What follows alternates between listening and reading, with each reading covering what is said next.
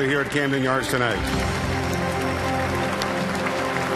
And of course, we thank you for coming here on this great Friday night. It's a pleasure being with you, especially on a special occasion such as this.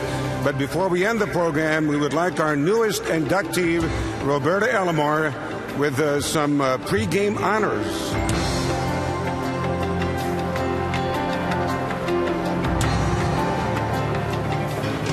I think that means the first pitch. Every I'll hold that for you. You make the magic happen. The magic of Orioles baseball.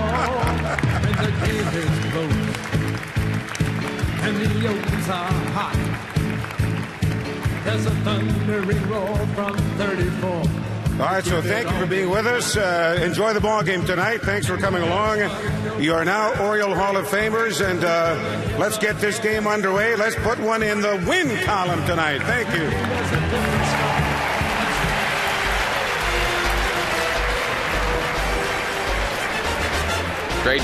Great job by Joe Angel. Congratulations to Robbie Alomar and Don Freese going into the Orioles Hall of Fame.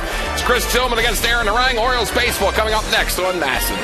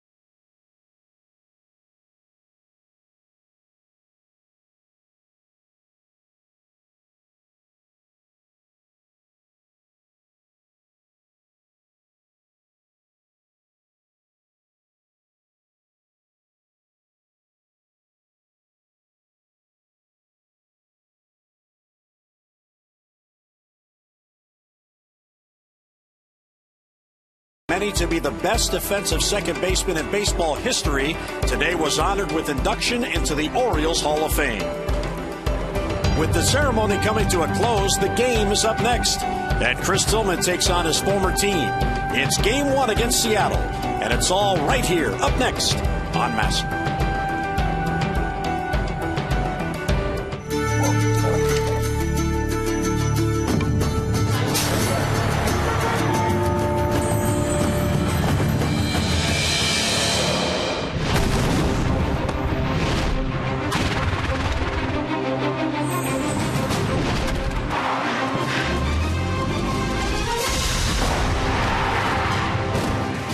It's the Orioles on Masson on an absolutely perfect Friday night for baseball downtown. It's the Orioles and the Mariners tonight opening up a 3-game weekend series. And hi, everyone. Thanks so much for joining us. I'm Jim Hunter. Mike Bordick joins us in a moment on a very special night and a very special day in the year of the Baltimore Orioles, the induction into the Orioles Hall of Fame as Roberto Alomar and Don Freese have taken their places among the elite in franchise history. And the Orioles looking to continue with the karma of the pregame ceremony as last night the Birds came through with a much-needed win. For 8 consecutive games, the Orioles struggled at the plate.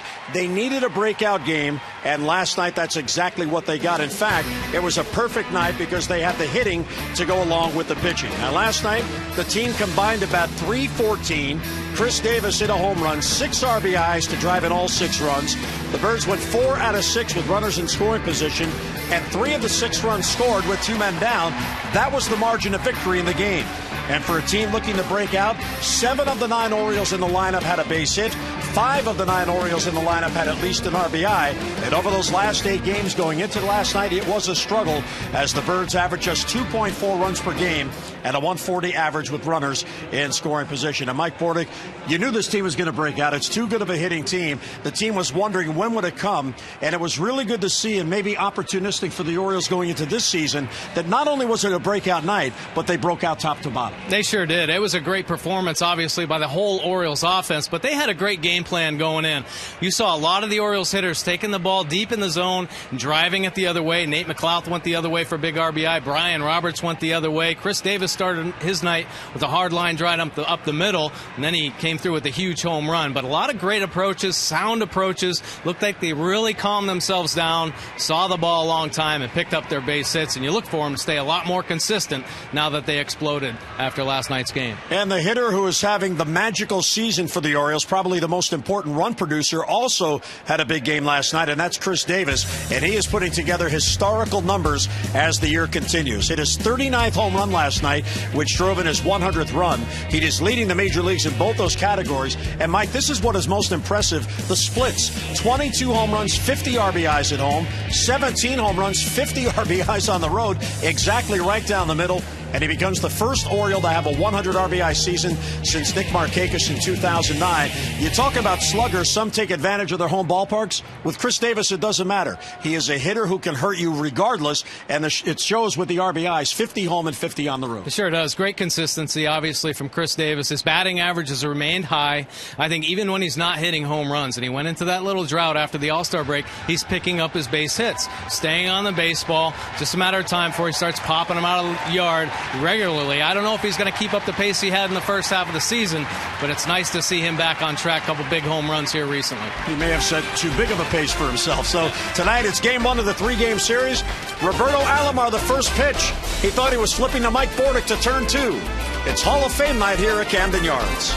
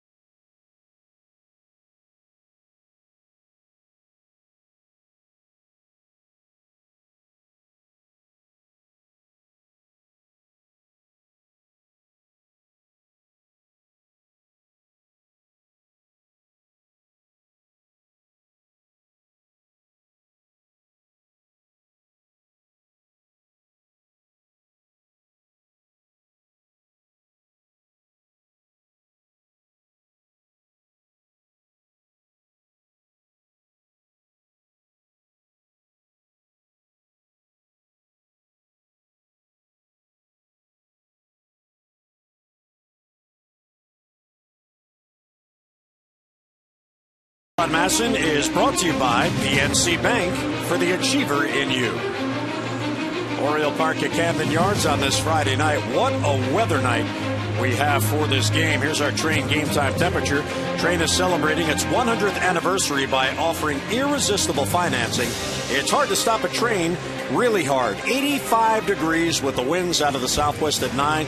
Humidity creeping up a bit at 44%. And we have mostly sunny skies as we approach first pitch. So Seattle comes to town. They just got swept in 3 in Boston. Brad Miller, Nick Franklin, and Kyle Seager up top with Kendrys Morales in the cleanup spot. The DH in his first year with Seattle, 16 home runs and 61 RBIs. Ibanez, Morse, and Justin Smoke. Michael Saunders in center. Humberto Quintero will catch him bat ninth.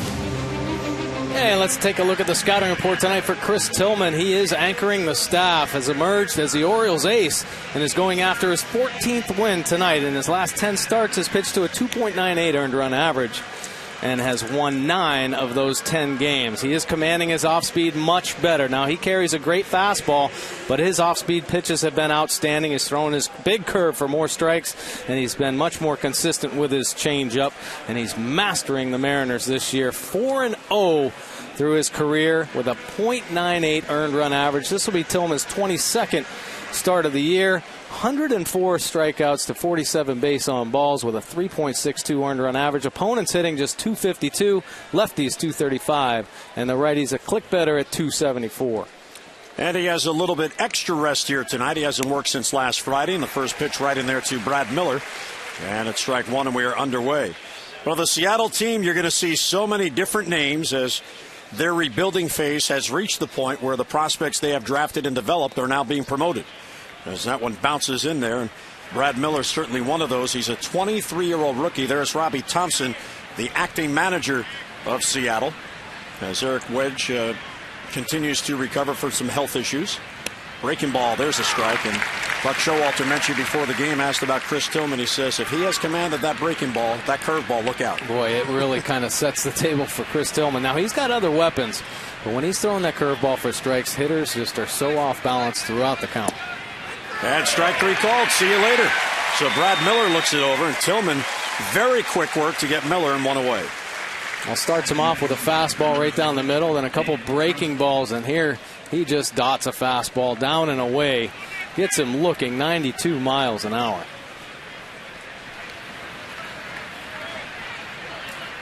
Tillman in search of his 14th win. Of course, drafted by Seattle, a second-round pick out of high school back in 2006.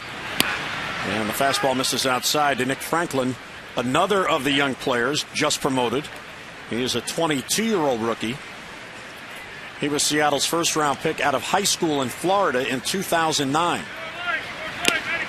Too late on that pitch, and it's 1-1. Both Miller, who just struck out, and Franklin, who are batting 1-2, both have made their major league debuts this season.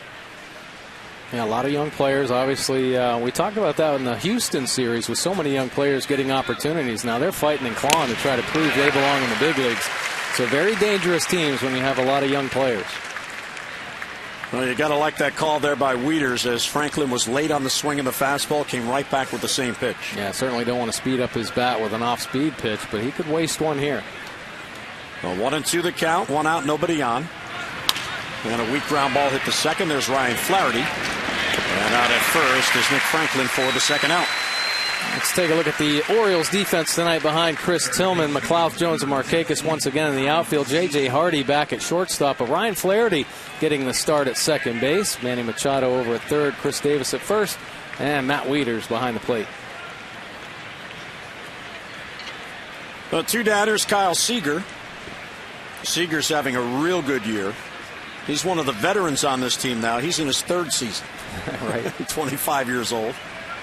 Seager 9th in the league in base hits. You see the batting average right at 300. He has 125 hits. And there's a get me over curveball for strike one. It's 0-1. Seager's got a 3-game hitting streak working and is 7 for 14 in that span. Tillman deals 0-1 and just inside, and 1-1 the count. Well, Chris, 13-3 on the year. As Mike told you, his numbers are so good, it's hard to decide, well, which part of the season do you talk about?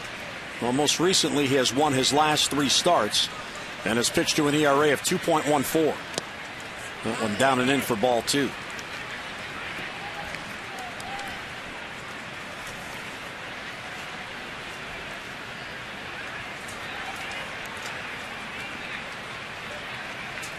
Jim Johnson on the bench. Too early for Jim to be in the bullpen. Just underway in the first. 2-1 is foul straight down at the plate. Well, Tillman, Mike, in his last 10 starts, hard to get better than this. 9-1 with an ERA of 2.98, 52 Ks and 63 1/3. There are the Seattle numbers that you talked about. 4-0. How about a 0.98 ERA? Yeah. Just incredible against the team that traded him away. Right. The team that drafted him and signed him. He has pitched so well. And the 2-2 pitch to Seager is a swing and a miss. He got him. What a start for Chris Tillman. 3 up, 3 down, 2 by strikeout. Seattle doesn't score. Here come the Birds.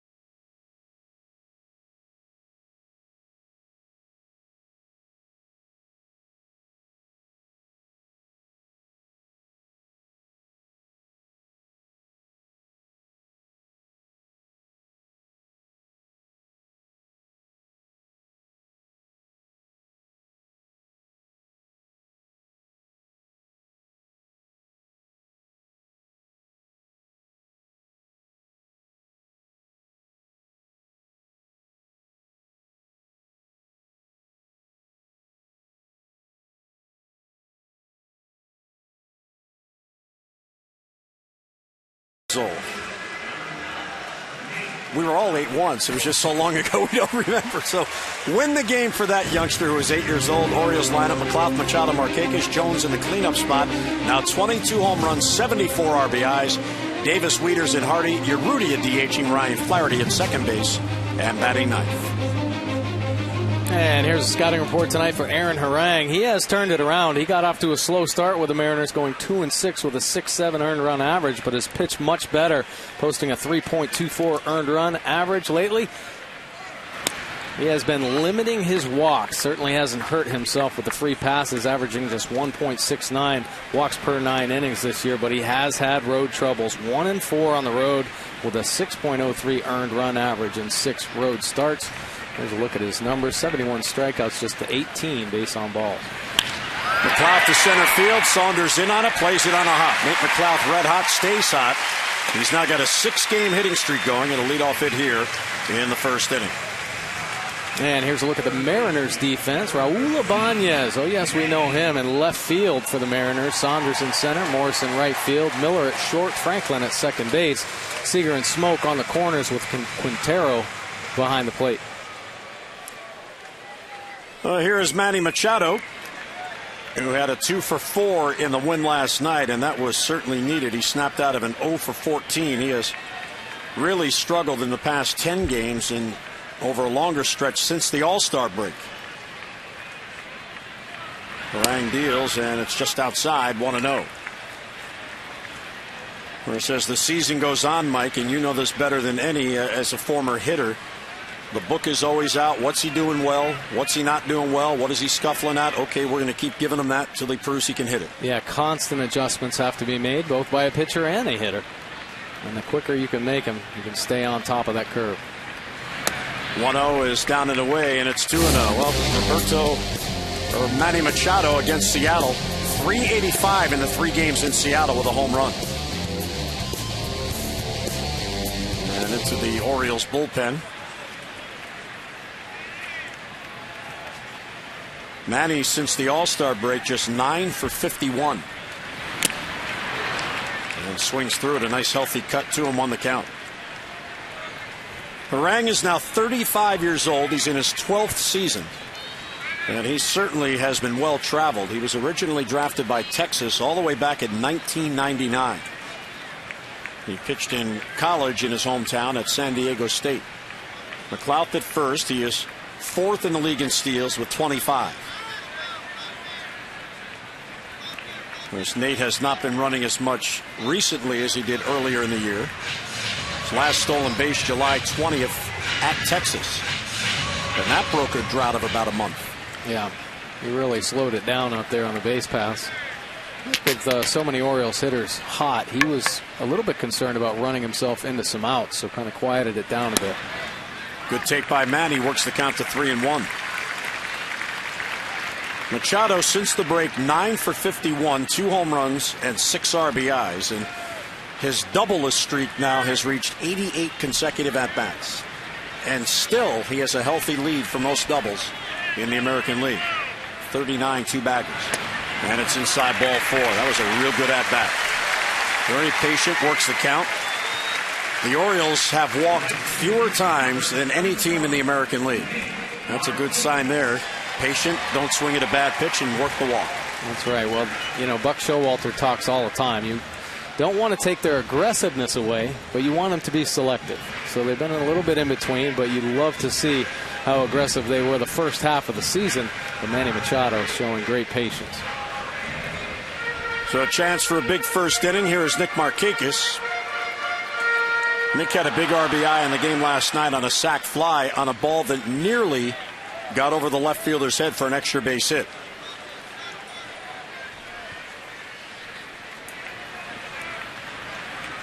Aaron Harang 5-9 on the year. The Mariners, by the way, his 3rd team already this season. Pitch to Nick is low, bounces in there, and it's 1-0. Harang was in spring training with the Dodgers, and he was traded to the Colorado Rockies on April 6th. And 5 days later, Colorado traded him to Seattle. So in the span of really a week, he was on 3 different teams. The Dodgers felt they had too much pitching, so they let him go. Swinging a foul back, 1-1 on Nick.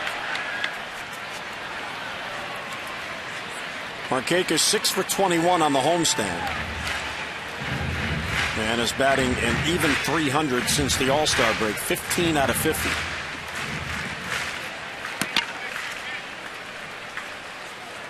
Friday night at Camden Yards, Orioles so far are 3-3 on the homestand with 3 games to go beginning tonight against Seattle. And it's over but low, ball 2. You know, for a pitcher who has walked now just 19 on the year, this is a real nice approach by these hitters, forcing him to come up in the zone.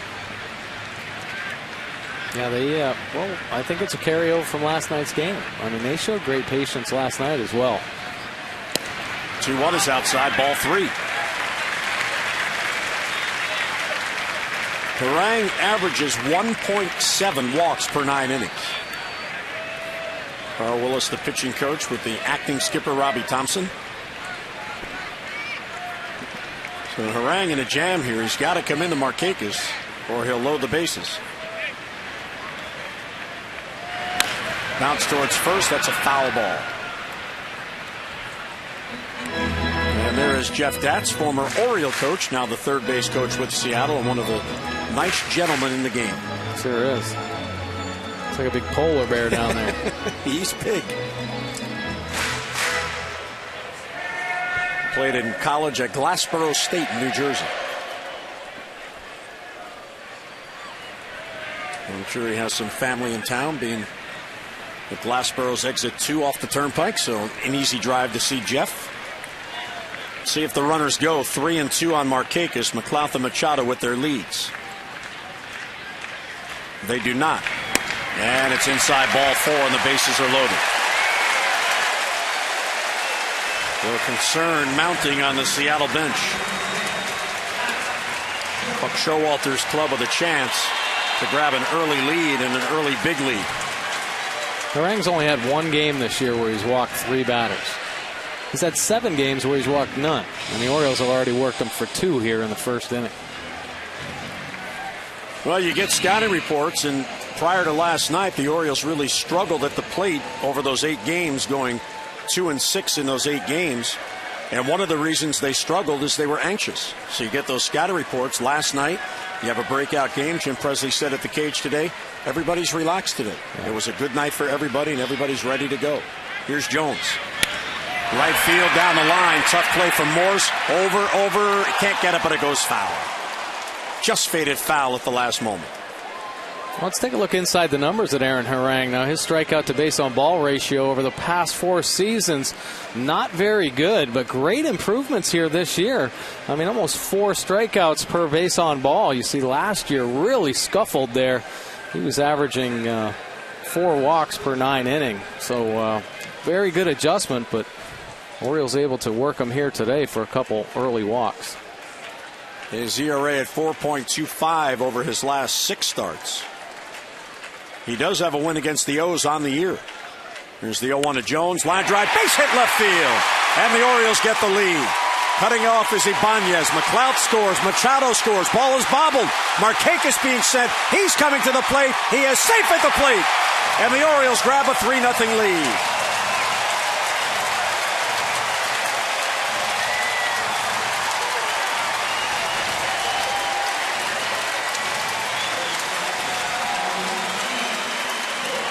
A great piece of hitting right there by Adam Jones. He went coast to coast, just missing a double down the right field line, then turning on an inside fastball. And you see Ibanez down there bobbling it. Great heads-up base running by Nick Markakis, and third base coach Bobby Dickerson recognizing it and sends him and able to score pretty easily on the high throw.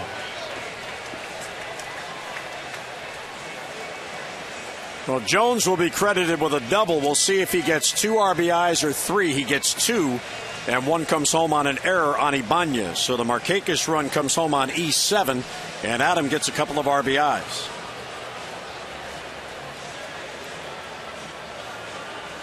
So Jonesy now with 76 ribbies on the year.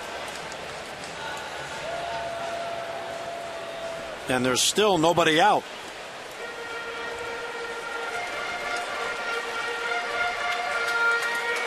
So here is Chris Davis, now with a 100 RBI season.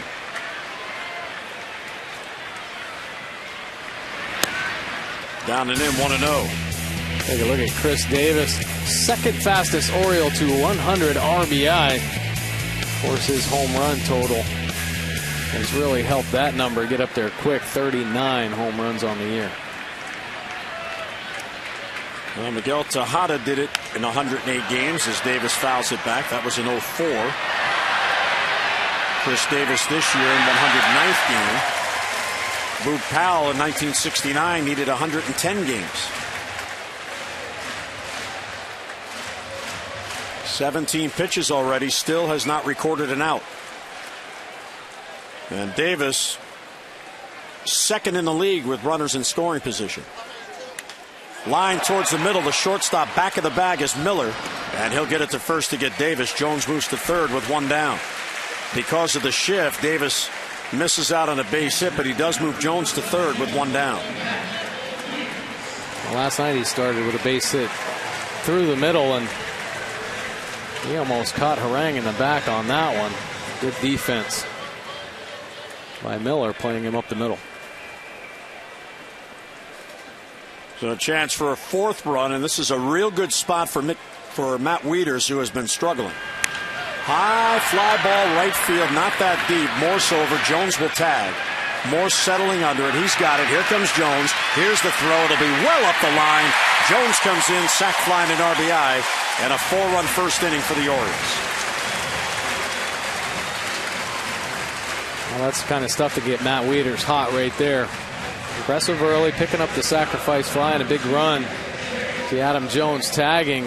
Morse just kind of airmails this one. It's just a 1 shot, and it's offline. Adam Jones scores easily. Now Matt Wieters, who is 0 for his last 21, he'll smile on that. Picks up the RBI. It's his 50th on the year.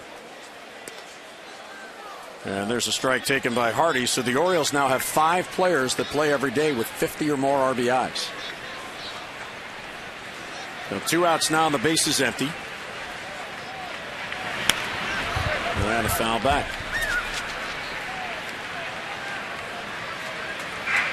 You see the sun peeking through in the grandstand.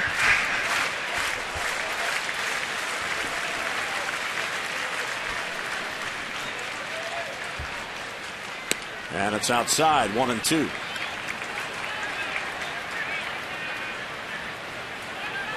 Harang has 110 Major League wins.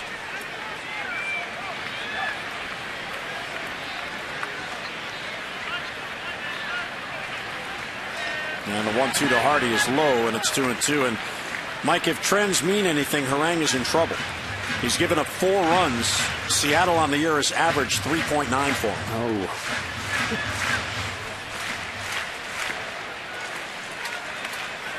Robbie Thompson has a struggling team playing a contending team as Hardy fouls it off. The Orioles have been somewhat disappointed with the record on this homestand, but they know with a good weekend here they can head into that West Coast road trip with some momentum. Buck Showalter asked today by Steve Molesky of MASNsports.com if he's been checking the standings, and he said not in about a week. And he said, he paused and he said, with obvious reasons, because they struggled over the week. Bud Nars joined the team yesterday for his first start after the trade on Wednesday, in which he was fitted for a uniform. And gave the Orioles exactly what they needed, 6 strong innings. Yeah, really impressive start by the newest Baltimore Oriole, Bud Norris. Hardy pops it up on a 3-2 pitch. It's Nick Franklin at second base. And he's got it for the out, and the inning ends. Orioles send 7 to the plate, score 4 times. Big first inning and an early lead for Tillman.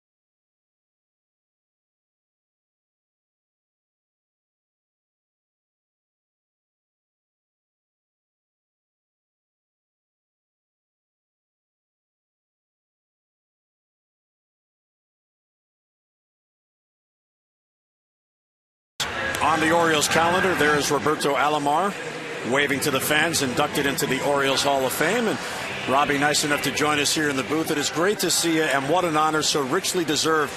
What was your thought when you were called and told, you're inducted at Cooperstown last year, but 3 years as an Oriole, 2 playoff years. What did it mean to you when you were called? Oh, it means a lot. I think I was a happy little boy. All the time you get a phone call for the Hall of Fame, and being inducted into the Orioles Hall of Fame it's a dream come true. When you look at that 3 years, which is the requirement, players have to have played at least 3 years, that you made such a significant impact that all of the voters felt you deserved it. Yeah, I only played here 3 years, and I'm speechless. I never thought that they were going to give me a phone call, and I'm glad they did. Because I had a lot of fun here. I played with great teammates, and I can ask for more. Hey, Robbie, who do you think influenced you the most? Now, I know you talk about your family a lot. Your father, you were always around the big leagues, but was there a big league player that you watched that you tried to emulate? I always watch Jose Chero Cruz, who's an outfielder. I love the way he hit, and he always been the guy that I always admire, even though he didn't play second base, but I love his hitting. Yeah.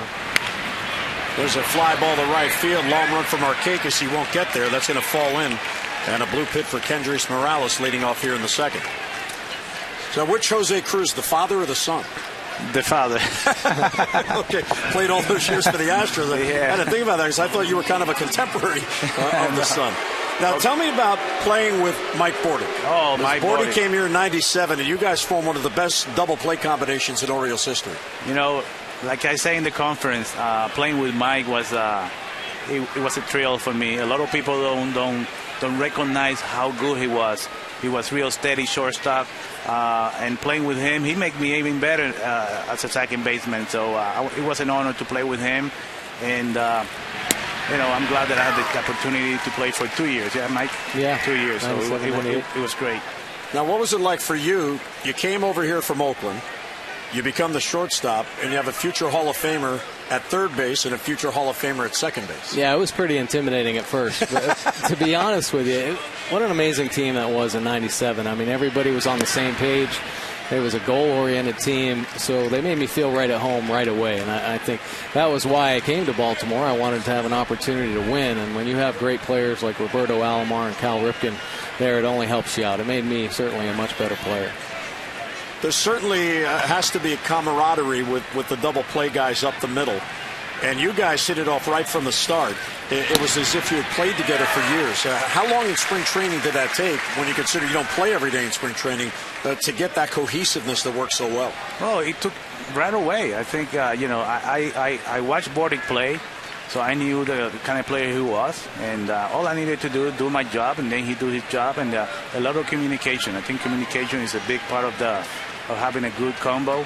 And I had a great communication with Mike, and he understood how where I like the ball to be throwing, and it was easy from there. Yeah, it was pretty easy for me as well because I knew what Robbie Alomar was capable of doing. I talked today about when I was playing against Robbie and hitting, that I could never give up because he would always make these fabulous plays. Well, it holds true when I played shortstop when he was playing second base. He would come up with some amazing plays, balls that I thought were going to get to the outfield, so you always had to be ready. So I was always prepared for whatever Robbie would be doing. Now, one of the things that I came to admire with you, Robbie, in batting practice we'd watch, and you would make a lot of fabulous fancy plays during the game. But what people didn't understand is he would practice those plays in batting practice just to get the footwork down and the flips. And you probably robbed and saved so many outs of opposing hitters just by the fact that you practiced that. Now, where in your career did you begin to do that? When I was in Toronto, I started, just flipping the ball, doing different things, just having fun. Mm-hmm. And then I got used to it, and then I got better and better. But the main thing as a second baseman to me is quick feet. I always had quick feet. I always work on my feet and work on my hands. And I just had a lot of fun playing the game of baseball. And that's why I was so successful in the game. Bouncer to first by Ibanez, out at second, and safe at first as Tillman tried to get over there, but Ibanez legs it out, so the fielder's choice and one away. One of the things about your career, you've already been honored in Toronto, where you played early. Well, of course, you came up as a teenager in San Diego, and then that big trade with the Blue Jays, and you were part of world championship teams there. And Buck Showalter made the comment today that those teams in Toronto were some of the toughest for him to manage against. Tell us about your memories of that group coming together, where you were a major part, a switch hitter, top of the lineup, maybe batting second behind Devon White at second base. Well, we had a great bunch of guys, but we kind of clicked together. We knew when to move guys over. We knew when to bunt. We had great pitchers, great bullpen. I think we had a good balanced team from top to bottom, and also we had a great manager. So that makes our job much easier. And then Pat Gillick comes from Toronto to Baltimore, and you follow him here. So that was very convenient for you, wasn't it? Well, when he signed here, he came here. I kind of knew that he was going to try to sign me here in Baltimore. I did wanted to stay in Toronto because I had 5 great years. But hey, I came here and I had a lot of fun here. No regrets. Well, Roberto, congratulations. Definitely a deserving honor in the Orioles Hall of Fame. We appreciate you stopping by. Best of luck, and don't be a stranger. Come around more often. Thank you, guys. Thank you. Let's go, Baltimore. Go Orioles.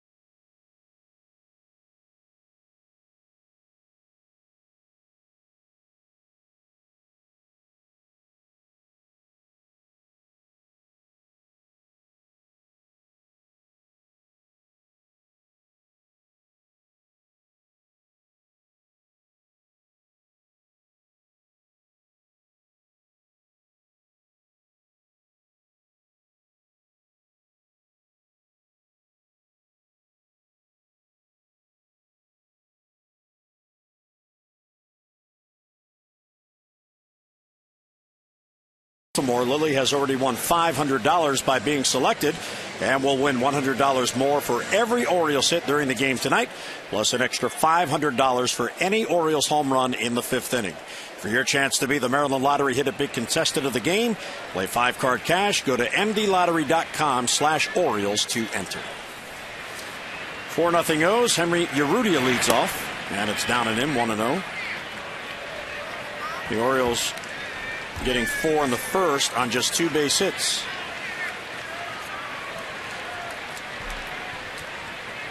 Urrutia in the number 8 spot. Slaps it foul, back out of play. Well, he is off to some kind of a start. Highest batting averages in the first 10 games in Orioles history going back to 1954. And Urrutia comes in at .333. Trailing Curtis Goodwin, Chito Martinez, Jeffrey Hammonds. And he's on a pretty good list. Real good batting eye. Facing Aaron Harang here, who allowed 4 runs in the first inning.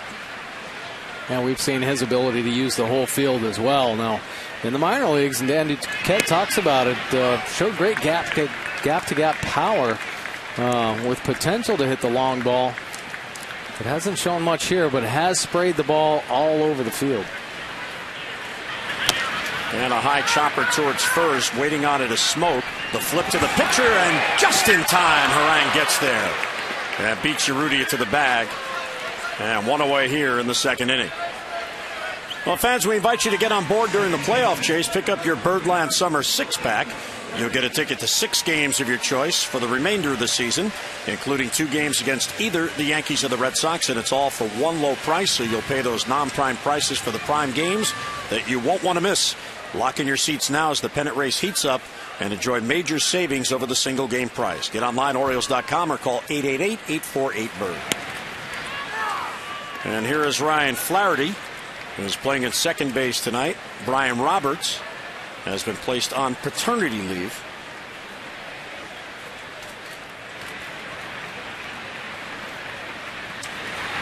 And it's high 1-1. Brian and his wife Diana are on the verge of becoming parents. They went to the hospital this morning about 10:30. Buck Showalter said there's Steve Johnson. He has been activated from the disabled list, and he's available in the bullpen.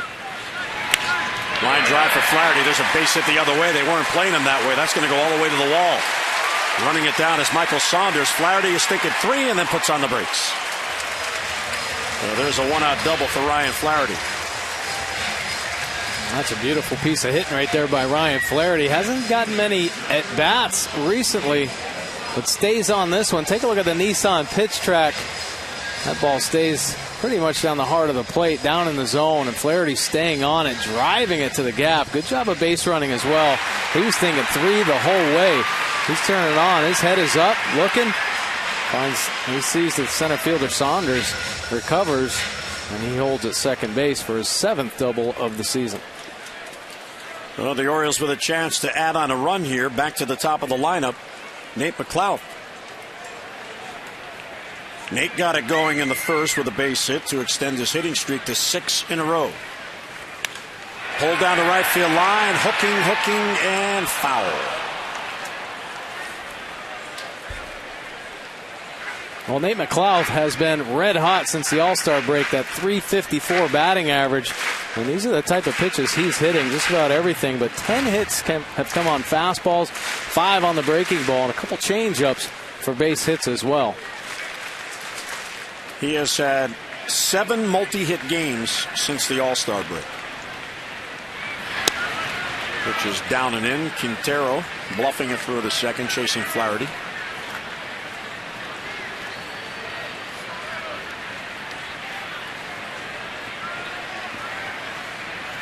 Aaron Harang is making his first career appearance at Camden Yards. It's only his 3rd time ever facing the Orioles. Breaking ball in the dirt, and another good take.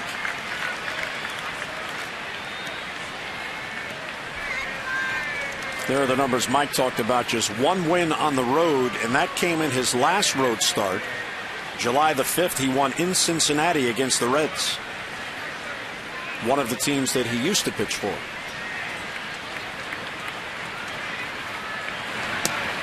Inside, ball 3. Harang was drafted by Texas in '99. Then he was traded to Oakland in the offseason following the 2000 season when he was a youngster in the minors. The Athletics eventually traded him to Cincinnati. And then he went to San Diego as a free agent, the Dodgers as a free agent. And there's a strike. Count full 3-2. And then during spring training, he was being shopped. Eventually was sent to Colorado for Ramon Hernandez. The Rockies didn't want a salary, but they spun him off to Seattle. Yeah, a lot of movement. Orioles being very patient early on here. 3-2 pitch coming to Nate McLouth. And he got it. Came in off speed, and McLouth couldn't reach it, so a strikeout first of the game for Aaron Harang. Yeah, appeared to be a big curveball. A big 11-5 break. That was almost more 12-6. Very slow at about 74 miles an hour. Gets Nate McLouth out front.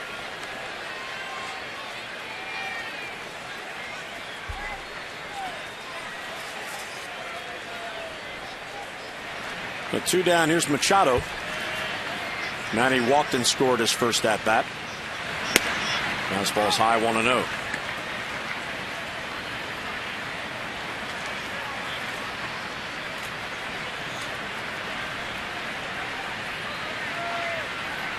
Two walks, both scored in that first inning rally for the Birds.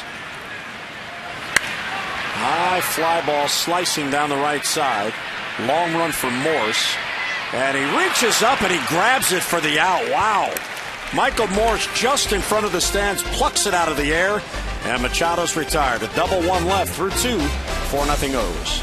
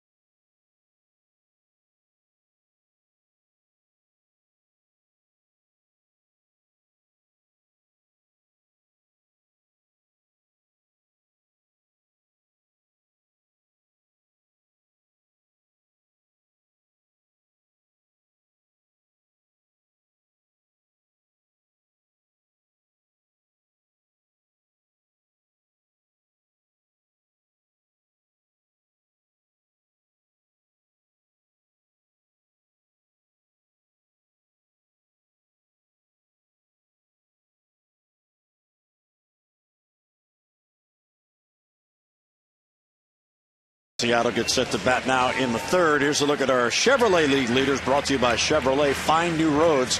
Well, the pitcher's best friend, Mike, run support. Max Scherzer gets the best, 7.64. He's also the winningest pitcher in the league. Hellickson, 6.70. Then Verlander, Anibal Sanchez, Ryan Dempster, Bartolo Colon, and Chris Tillman gets on that list. 7th best in the major leagues. And you want to know why the Tigers are contended? How about 3 of their 5 starters on that list? Yeah, great run support there. Of course, Scherzer's having a great year. He doesn't need all that run support, but certainly helps to relax a starting pitcher. And Chris Tillman has got a lot of support all year long.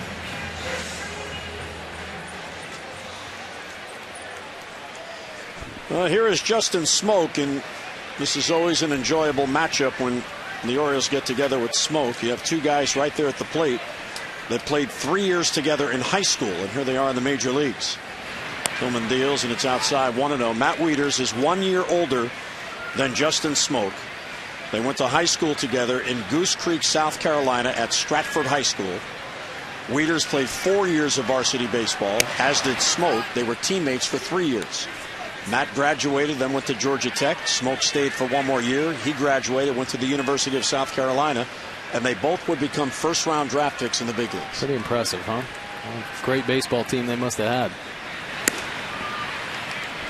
I wanted to ask Matt who was the better player of the two, but I didn't think he'd answer. But that is amazing. You know, when you do your research and you say, well, how many big leaguers came out of that high school? You're looking at them. Those two right there. Takes all the way on a 3-0 pitch. Of course, when you play in high school, you always have the dream of playing in the big leagues, as I'm sure they both did, and here they are realizing it. And this has happened already several times. The 3-1 foul ball.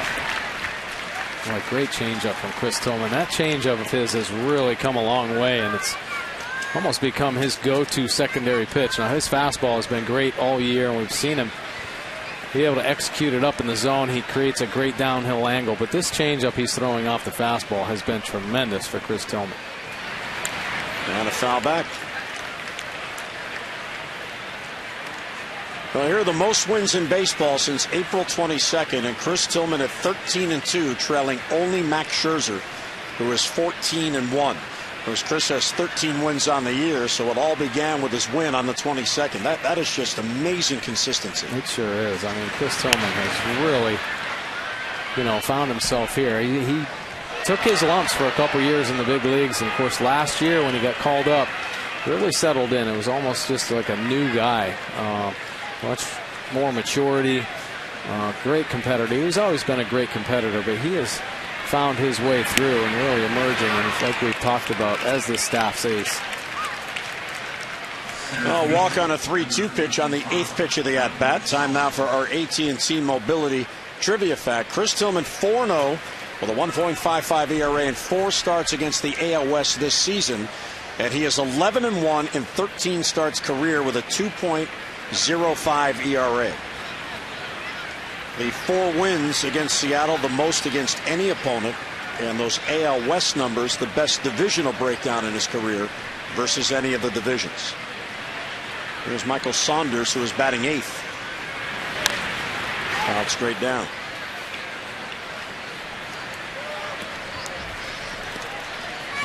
Saunders having a tough year at 229. He did hit in the final 2 games in Boston, 3 for 11.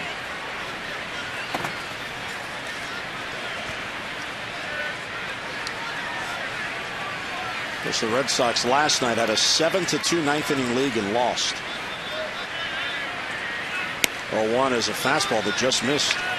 1-1. I was talking to Mariners executive about the tough series they had being swept in Boston. They lost the extra inning game and then blew the 7-2 lead last night. He said, well, there's 2 ways you look at it. You say, yeah, we really should have taken 2 out of 3, or maybe a team that is scuffling finds ways to lose those games. And that's exactly what happened to them. They're 8 games below 500. Robbie Thompson, the acting manager. And the Red Sox right now, a hot team and a hungry team. They've found ways to win. And there was one call that should have gone the Mariners' way on a strike 3 call that wasn't called, and the Red Sox took advantage of it. Johnny Gomes then got a base hit on the next pitch. Fly ball to left, carries back. McLeod back on it. That ball is way back there, and it goes out. There's a 2-run home run for Michael Saunders the other way. So the Mariners are right back in it. It's a 4-2 game.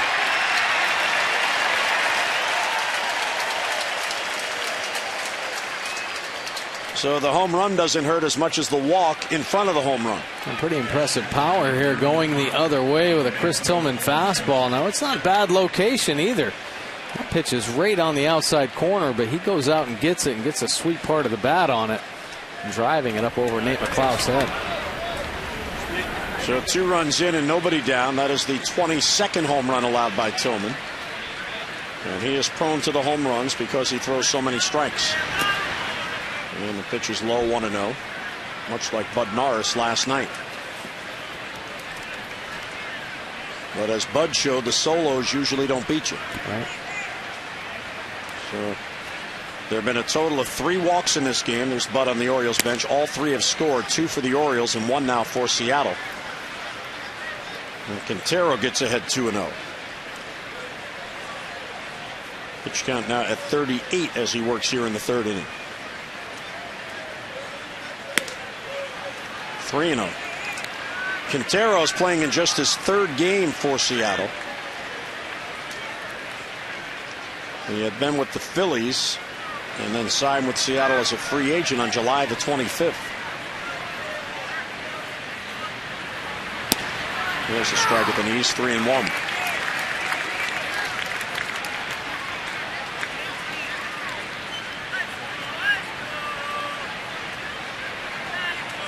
Mariners have a couple of veteran catchers. Quintero catching tonight is 34. Henry Blanco, the other catcher, is 41. Well off the plate, ball 4. So Tillman having a tough inning here. A leadoff walk followed by a home run, and of course Camden Yards will yield the home run. Home runs per game, the two teams combined 2.78, second highest in the major leagues, trailing only the Rogers Center. Batting average here 255, that is 8th best. Runs per game combined 9.15, 5th, and ERA 4.34, third highest. Orioles at home are 32 and 23. So Tillman, after 2 very easy innings, has struggled here. He has walked 2. He's allowed a 2-run home run. Now here's Brad Miller for his second at bat. And it's high 1-0, and Wieters out to the mound for a chat.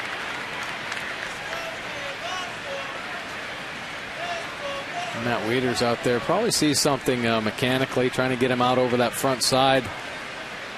Find a little bit more consistency in the strike zone here.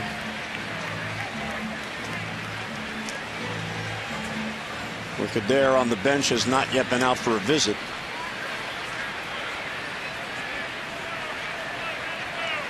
He had 42 pitches after throwing 25 combined in the first 2. There's a strike on the corner.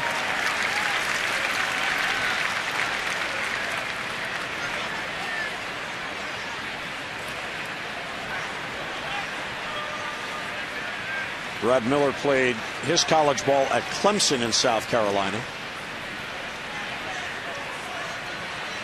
Now to the big leagues very, very quickly. And that's too high, 2-1. Miller was drafted in the 2nd round in 2011. So this is his 3rd professional season, and he's already in the big leagues. He began this year in Double-A, did well, was promoted to Triple-A, did better, and now he's in the bigs. And Tillman pitching himself into a jam here, 2-1 the count. There's a strike taken, 2-2.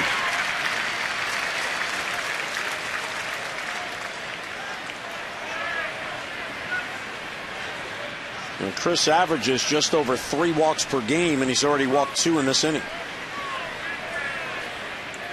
Big pitch coming up here on 2-2.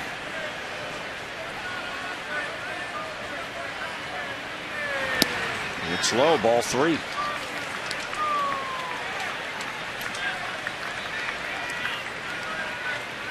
Miller in his 30th game in the big leagues. He has 28 base hits.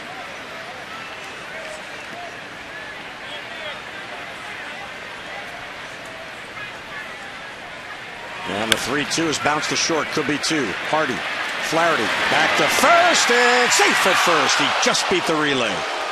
Good hustle down the line by Brad Miller. Yeah, tough ball to turn 2 on, a hard chopper.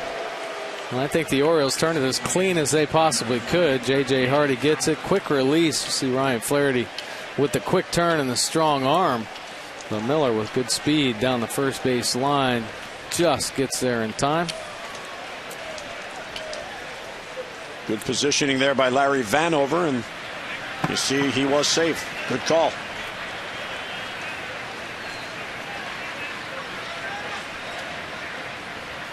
Here is Nick Franklin, the rookie second baseman, grounded out his first at-bat. There's a strike. Belt tie strike, and nothing in 1.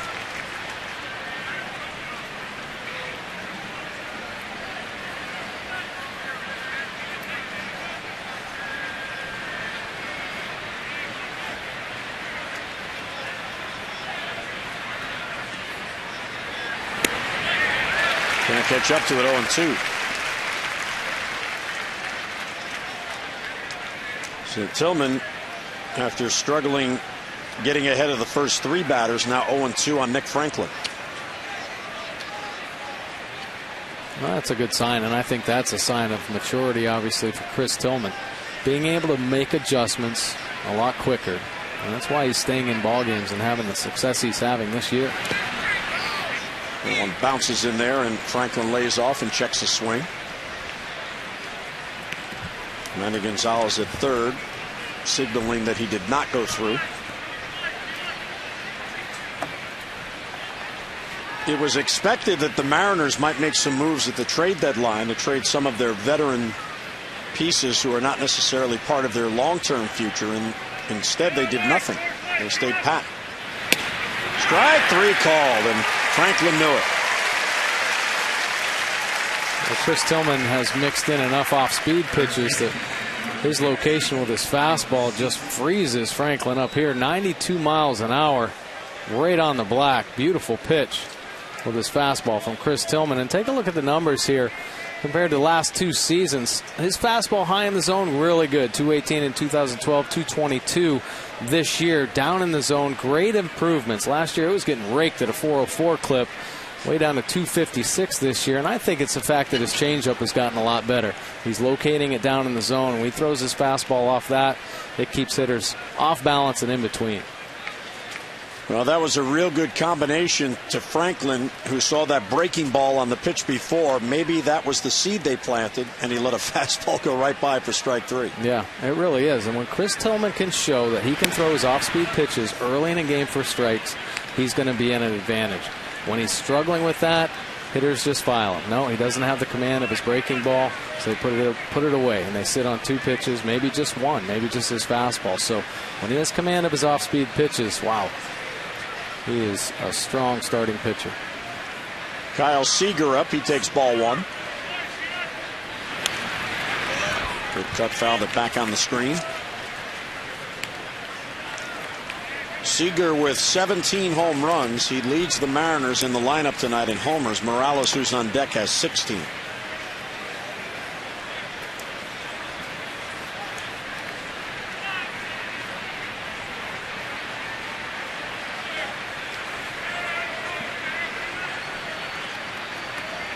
Ball and a strike on him. They talked about the Wieters and Smoke connection, both from the same high school. Seager, who's at the plate, and Dustin Ackley, who was a starter and now is not starting as much as he had been, they were college teammates at the University of North Carolina, and they were drafted by Seattle in the same draft in 2009. Ackley went in the first round, Seager in the third round, and Seager has become one of the best hitting third basemen in the league. Coming high, ball 3.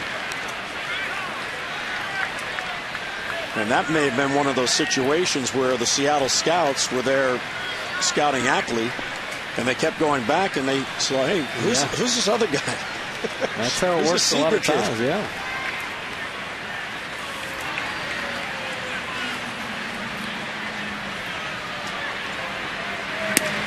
One breaking ball for a strike, 3-2.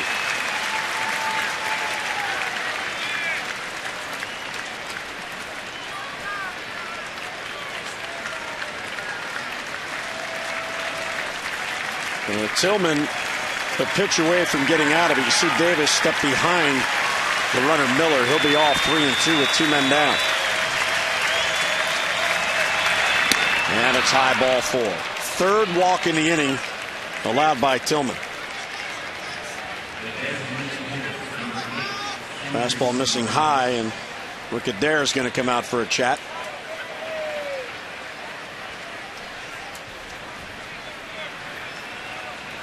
Rick Adair has been biding his time this inning. Matt Wieters went out for a visit earlier, but this is third base on balls in the inning. It's the Orioles pitching coach out there for a quick chat.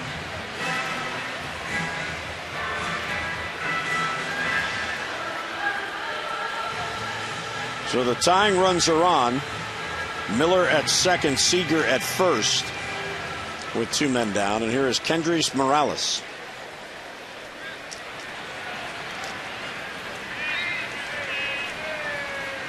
Morales acquired in the offseason in a trade with the Angels in exchange for Jose Vargas, or Jason Vargas, the left-handed pitcher. Bouncer towards the hole. Hardy diving try. Can't get it. That's a base hit. McLeod will have no play. And coming in to score is Miller. And it's a 1-run game. Morales went after the first pitch and he found the hole. Seeing eye single right there going the other way. Pretty good effort by J.J. Hardy.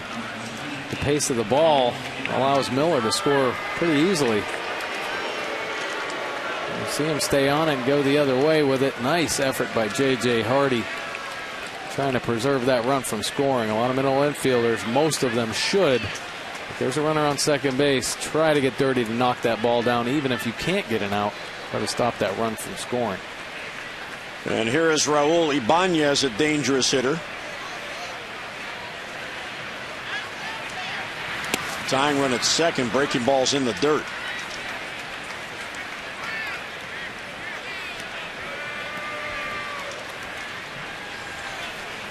Ibanez, 41 years old in his 18th season. This is his third different tour with Seattle.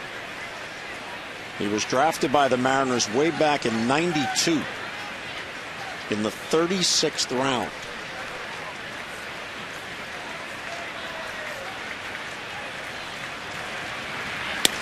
Here's a strike on the inside corner. Tillman is facing his 8th batter in this inning.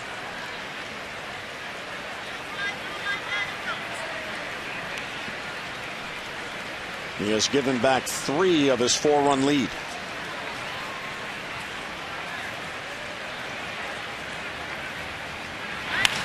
High fly ball to right off the end of the bat. Markakis is there. He has a play. And the inning is finally over. But Seattle sends 8 men to the plate, scores 3 and strands 2. Bottom of the third coming up for 3-0s.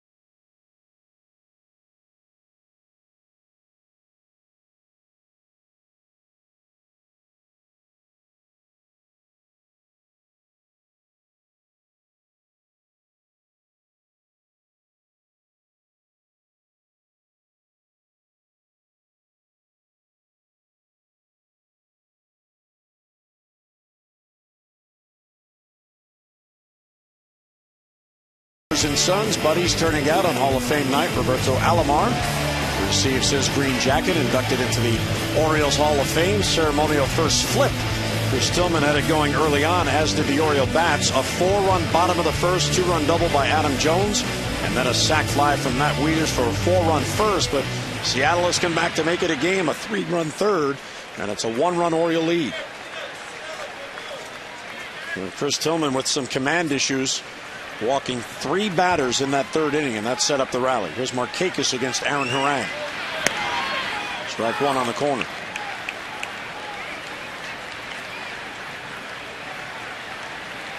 Nick walked and scored in the first.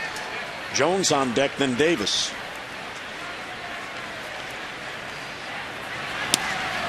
And same pitch right there. 0-2. A good changeup away. Late fade at the end.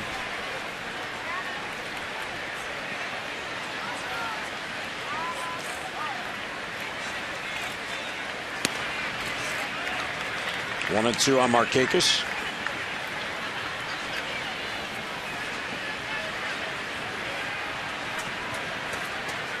Nick has now gone 126 at-bats without a home run. His last home run was on June the 24th. He's just having one of those years where the long balls aren't there. He has 8 home runs, and his RBI opportunities haven't been there. Right. And he has prime spots in the Oriole lineup. He usually bats third, and occasionally against a left-handed pitcher, he'll bat leadoff.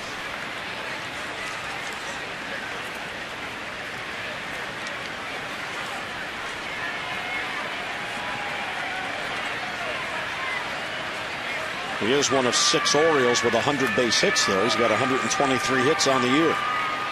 The 2-2 is high, ball 3. Harang trying to get that pitch inside. Has for a couple pitches here. It's just losing it arm side.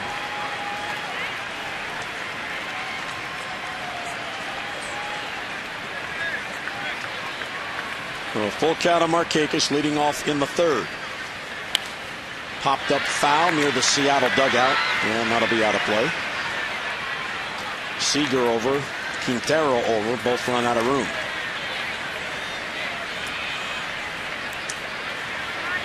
So Nick is about to see an 8th pitch in this at bat.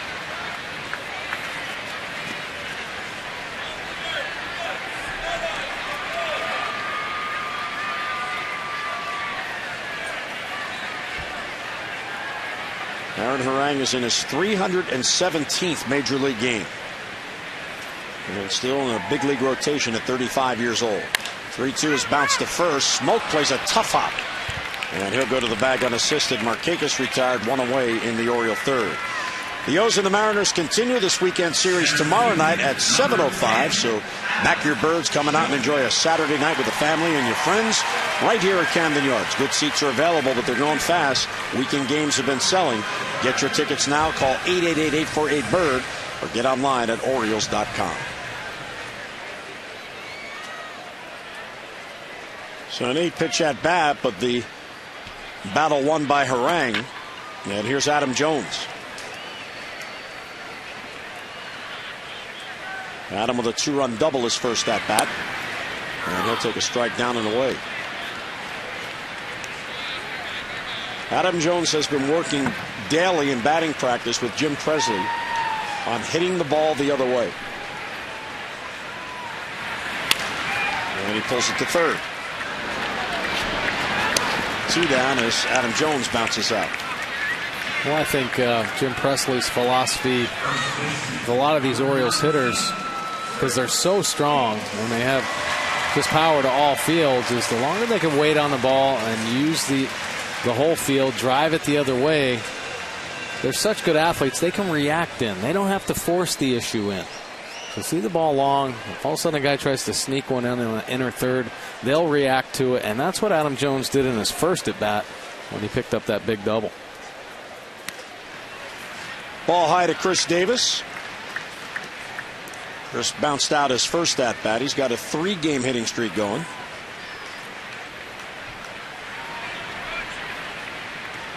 Six hits, including 2 home runs on the homestand. High fly ball, deep right, there it goes. Look out, Utah Street, and gone for Davis. There's number 40.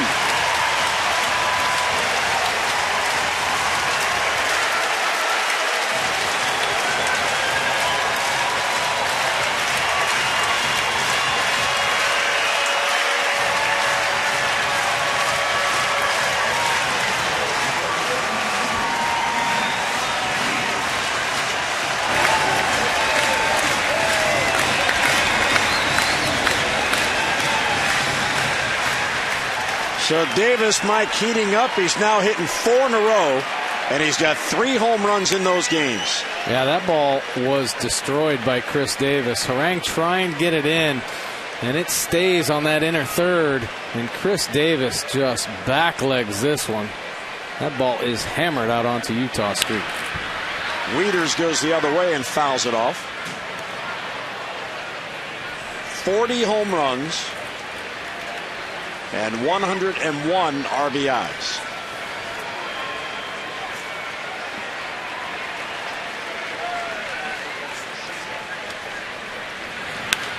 Wieters fouls it off again the other way.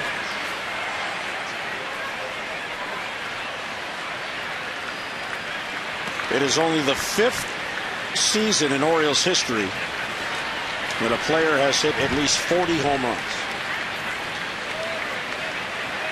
Chris Davis joining a very elite list.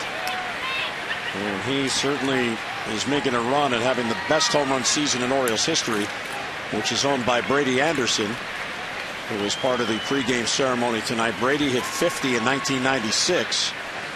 Frank Robinson, 49 in 1966. Jim Gentile hit 46 in 1961. And Rafael Palmeiro, 43 in 1998. And now Chris Davis, 40 in 2013.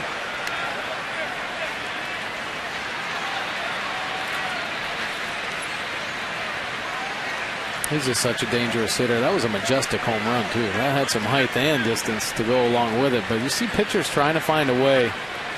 Lang trying to go in on Davis, and you make a little bit of mistake. He has the ability to hit home runs to right field, center field, and left field. So just a very dangerous all-around power hitter. Here's where the ball goes, and here's where it lands, bouncing out on Utah Street. All those fans on the flag court thought prime spot for a souvenir, and it went all right over their heads.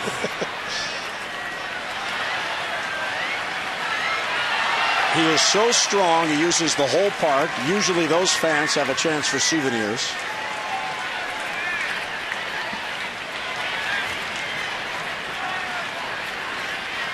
Yep, watch out for batted balls out there. Wieters line right to the shortstop, and that's the kind of luck Matt's having as of late as the inning ends. But Chris Davis gets in the one. There goes number 40. A no doubt about it shot onto Utah Street. And the Orioles, as we head to the 4th, with a 5-3 lead.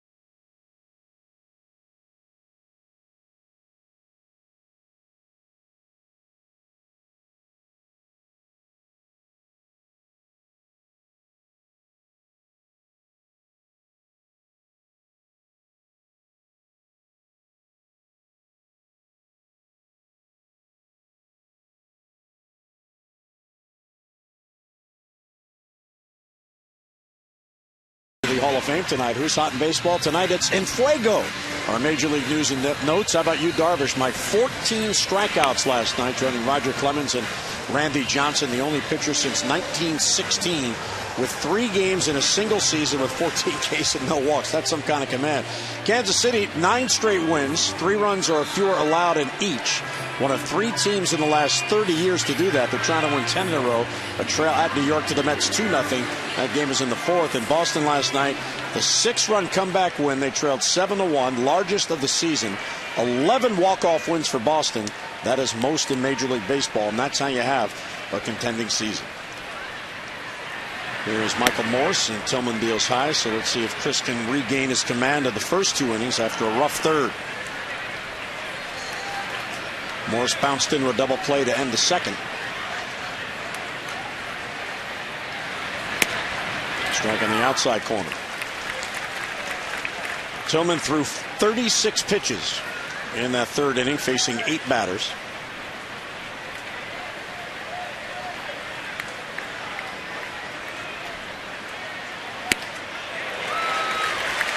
Can't catch up to it. 1-2.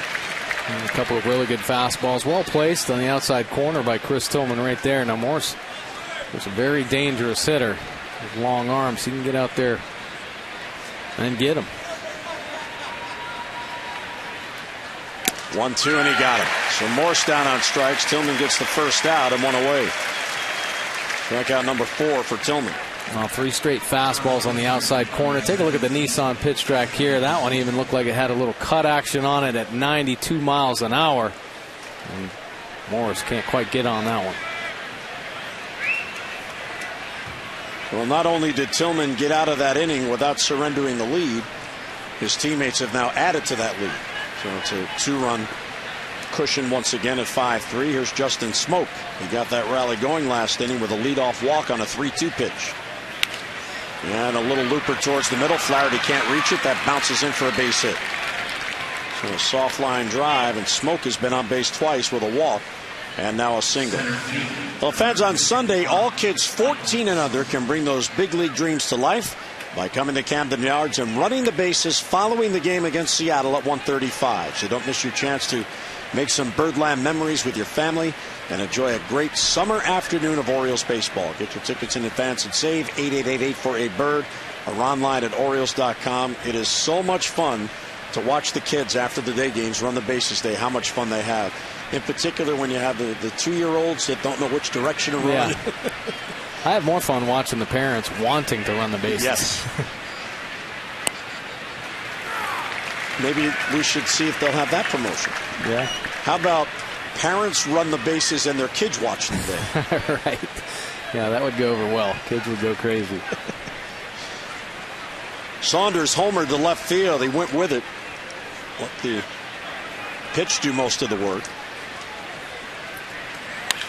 Sharply hit to Davis. The second one, Hardy back to first, and a double play. 3-6, back to 3, and that ends the inning. Real good bounce back inning for Chris Tillman. So the 1-out single, but none left. The Orioles 2 DPs in the game, 113 on the year, have the lead.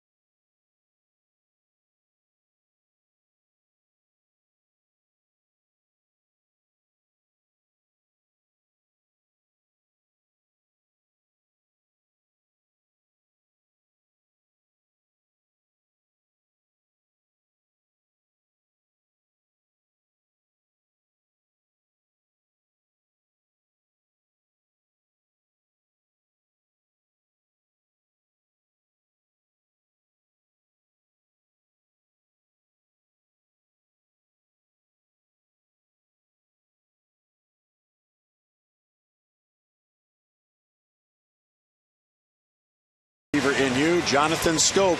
He's making some noise at AAA Norfolk. Last 4 games, 5 for 16, 3 home runs and 4 RBIs. So for the year now, batting .296, 11 home runs, and he missed a good part of the season with that lower back stress fracture. 40 RBIs, 877 OPS. And Dan Duquette on those extra on Wednesday, after the trade of Bud Norris, went out of his way to bring up Scope's name for 2 reasons. One, every team tried to get him away. And number 2, Duquette made it seem as if Scope might be here this year to help this team. As J.J. Hardy hits it deep to left field and caught at the wall. And Hardy's retired. Ibanez went back. The ballpark holds it and 1 away. And a good pass at it right there by J.J. Hardy. And take a look at Raul Ibanez, the veteran, checking out where the wall is and timing his jump perfectly come down with the first out of the inning. So we'll have to see if Mr. Scope keeps hitting like that. Yeah, oh yeah. That's what you want out of a prospect. Make them notice you and force their hand. And so young, too. 21 years old now. Obviously been through a lot with the stress fracture in his low back, but rehabbed himself well. When he was on his rehab assignments, he was tearing the cover off the baseball, and that carried right over into AAA Norfolk, where he's having himself a great year. Yeah, the Ironbirds hated to lose him. He was their best hitter. Yeah, right? Set record, didn't he? Yes, 7 RBI game. Yes. He had a grand slam and had a 3-run homer in the same game. 0-2 on Urrutia. Grounded foul. I thought we had a historic matchup here tonight, and it is still somewhat historic in the history of the game. Henry Urrutia is DHing for the Orioles, and Kendrys Morales is DHing for Seattle. And they are both natives of Cuba. Here's the 0-2 pitch. Down slowly towards second base. Right there is Franklin. And there's 2 away. And I was wondering how often that happened in big league history. Of course, going back to when the DH started back in 1973. And it's only the 21st time in the history of the DH that both DHs in the same game are both from Cuba. 15 of those 21 times, it was Rafael Palmeiro against Jose Canseco. 15 of the 21 times. So if you take those 2 guys out of it, It really is unique that Urrutia and Kendrys Morales would be matched up as DHs for the competing teams. It's also happened, there's Kendrys on the Seattle bench 3 other times for Kendrys this year.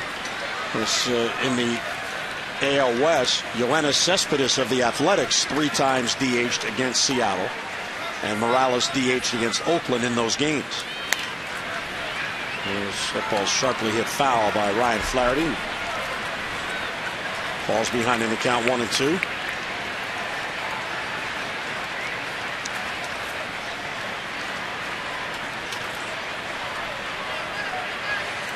In fact, the first 15 times that happened, it was all Palmeiro versus Canseco on various teams.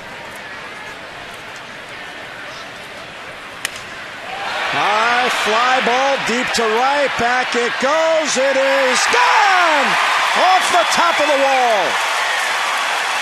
And now first base umpire Vanover saying it didn't go out. And Buck's going to come out. That looked like it hit the top by the railing and then came back in. Yeah, I think the Orioles fans are letting him know, along with Buck Showalter. That went off the top. And this should be one they review, and when they do, we'll see if they see what we saw.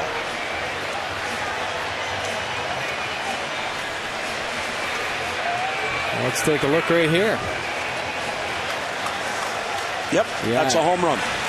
Definitely is. Ryan Flaherty with a couple great at-bats tonight. Picked up a single, or a double, excuse me, in the second, and then a big home run right there. So once this is overturned, the Orioles will have a 6-3 lead, and Flaherty will have his 7th home run. When they see that video, they'll see it was no doubt about it.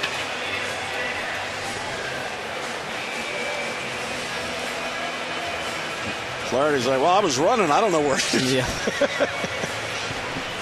I think Ryan, being the hometown player here, explaining to Miller and Franklin, now see, here's the ground rule. If it goes up there and hits here, this is where you need to hit it. But if it doesn't go over the railing, it might bounce back. So the home run under review, and this should be a very quick review by the umpires. Vanover, Randazzo, and Gorman all went back. Another look here. Looked like it hit off the fence first. So deeper than either first, we thought. Yeah, hit off that fence and then bounced off the top of the wall.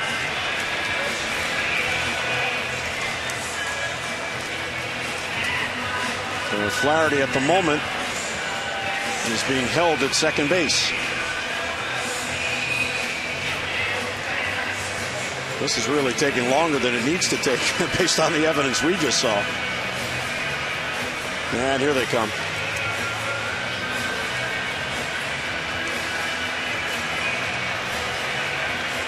Home run. So Ryan Flaherty will circle the bases. Good job by Bud. Came out, asked them to look at it. They agreed, and the call is made correct. So there's number 7 for Ryan Flaherty. Ryan Flaherty's having himself quite a ball game now. Of course, Flash hasn't played consistently here for the Orioles because of Brian Roberts' return, but with Brian on paternity leave, Ryan Flaherty getting an opportunity here, and he is making the most out of it. A double and a home run now to this point in the ballgame. And a big smile, likely being teased by his teammates that the umpires had to give him a home run. Flaherty had 0 for 4 since the All-Star break, and he's 2 for 2 tonight. So getting a chance to play and taking advantage of it. And now high fives on the bench. Tapper slowly hit towards the mound. The race is on. Harang turns, he throws, and he got him with a nice scoop on the back end by Justin Smoke. McLeod is retired to end the inning. Ryan Flaherty goes deep. Number 7 has given the Orioles a 6-3 lead.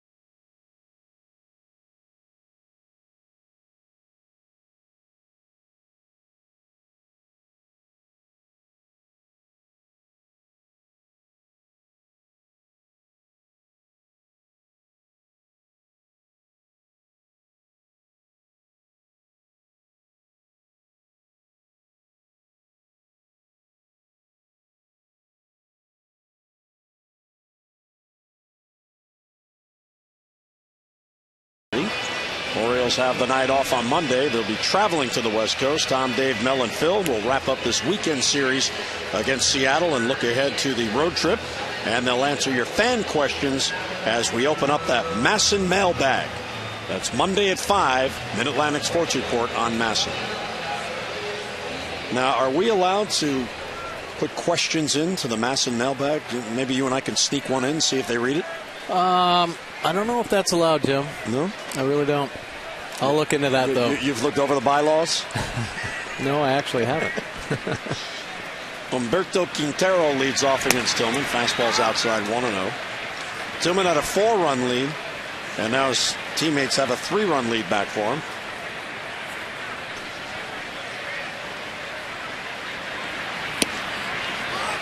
What kind of a question do you think we could come up with that the boys would have to answer?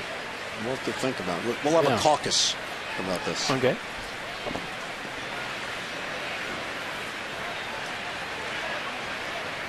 Quintero walked his first at bat. Fly ball to center field. Jones back on it, still going back. Way out there. That ball is gone. Carries over the wall for a home run. Humberto Quintero in just his 3rd game for Seattle. He has walked, he has homered, and it's now 6-4. His first home run, his first extra base hit for Seattle. Quintero showing some pretty good power the other way. Take a look at the Nissan pitch track. Now this pitch is elevated over the middle of the plate, and he gets on it and stays on it right through that pitch. He knows he got it good. That ball just made it out in center field. This ball's pulled deep down the right side, but that's going to hook back foul. As Brad Miller went after the first pitch. So Quintero, it's his first home run for Seattle. He had hit 2 home runs in his 24 games with the Phillies. Well, it's a 2-run game. Bounce to its second. Flaherty charges to get the nice hop. And out at first is the hustling Brad Miller. One away here in the 5th. Well, the highest percentage of runs via the home run. This is coming into today. Seattle at 47.1. They have 4 runs in this game. 3 have come in on home runs. The Orioles are second at 44.1. The Orioles have 2 of their 6 off the home runs. Then Atlanta, Chicago, and the Astros. Seattle also has 6 players with at least 10 home runs. That is most in the American League, tying Atlanta for the Major League lead.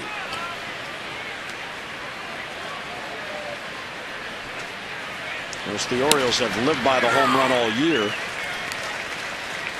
As Franklin takes a strike, 1-1.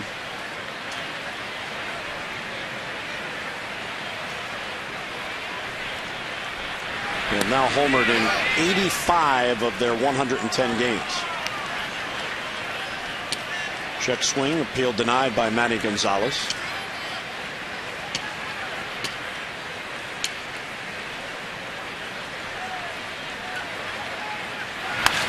High fly ball to center field. Jones has a play on this one. Gliding back to it. Adams got it, and 2 down here in the 5th inning. Those fans, how would you like to win a hitting lesson with Adam Jones? No kidding, you can win and get that lesson. Sign up for Masson's Touch 'em All rewards.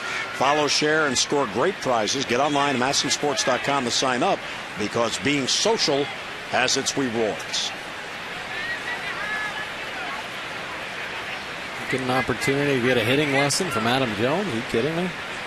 Take advantage of that one. Not only will you get a good lesson, but you'll be entertained. Yes, you will. Here's Kyle Seager. He takes a strike. Actually, it might be better just to be on the field to watch his group during BP. Yeah. Adam is very entertaining.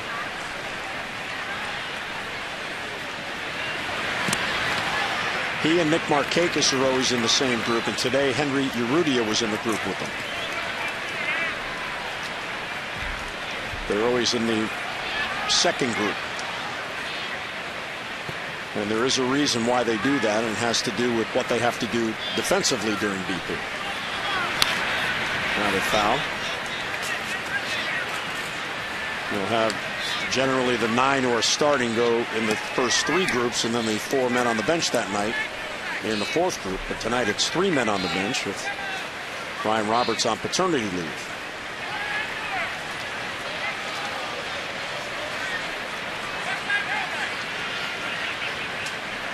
1-2 on Seager. And he got him. High fastball that Seager can't reach. Seattle gets a run, the chip away with their 4.5 at Camden Yards. High scoring affair so far, 6-4-0s.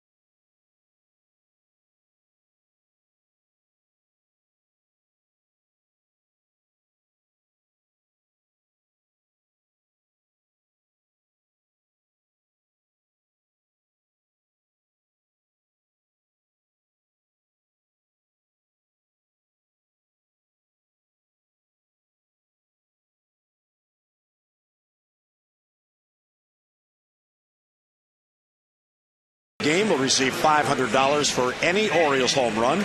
Lily Drumright has already won $1,000 tonight. For your chance to be the Maryland Lottery Hit a Big contestant of the game, play 5-card cash and go to mdlottery.com/Orioles to enter. Aaron Harang is hanging around in this game. It's now 6-4, so just a 2-run deficit. They'll go to work on Machado, Markakis, and Jones. The Orioles have scored in 3 of their 4 at-bats. Ground ball through the middle. There's the shortstop, Miller, and can't make a play. It's off his glove. Knowing Machado was hustling down the line, a bit of haste there.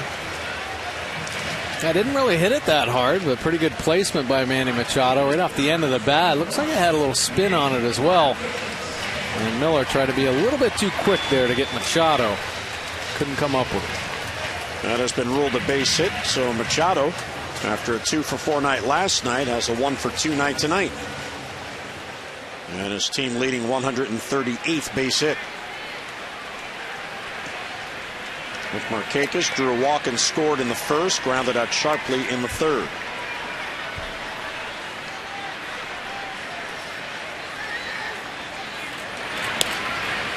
Breaking ball for a strike. Tony Randazzo thought about it.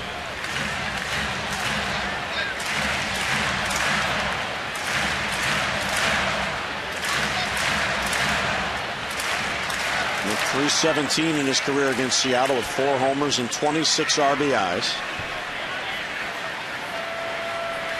Most of the Oriole hitters have few head-to-head at-bats against Harang.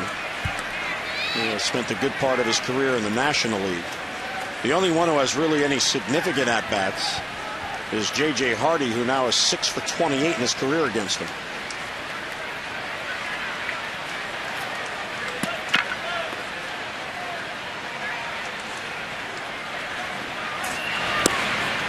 And a good take again.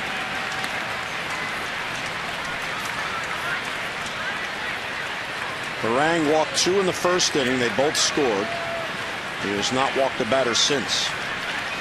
Robbie Thompson's team hanging around. They have not had a lot go their way as of late, but down 4-0 in the first, they've made it a game. Strike at the knees, 2-2.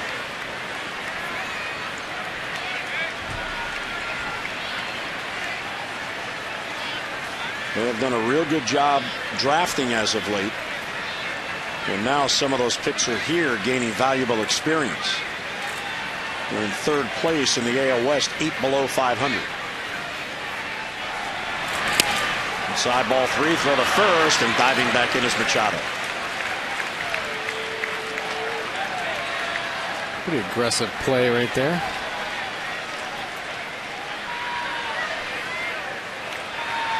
Look at the inside fastball, snap throw. Machado aware of it and getting back there safely.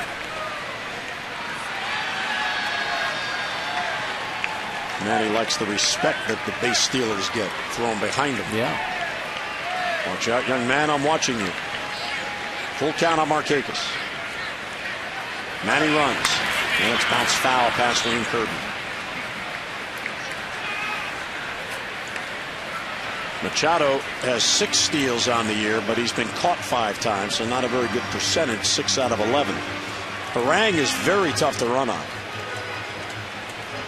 In fact, there have only been 4 attempts on the year that have been completed, 3 steals and 1 caught stealing. But this deep in the season, only 4 attempts is not a lot.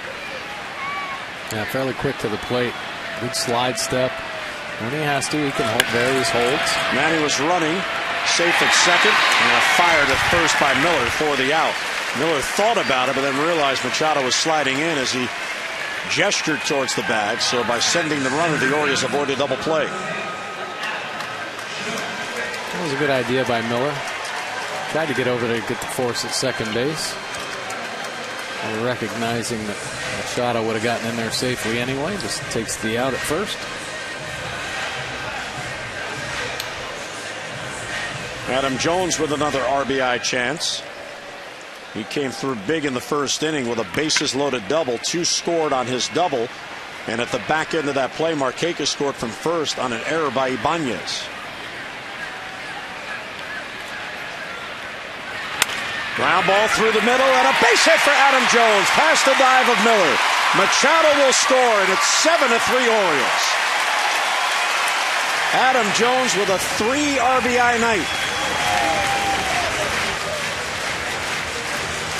Another good piece of hitting by Adam Jones. Gets a breaking ball here. Stays in the heart of the plate, and he drives it back through the middle. Just out of the reach of the diving Miller. Manny Machado, you see him hustling around third base. Nice tight line there in uncontested.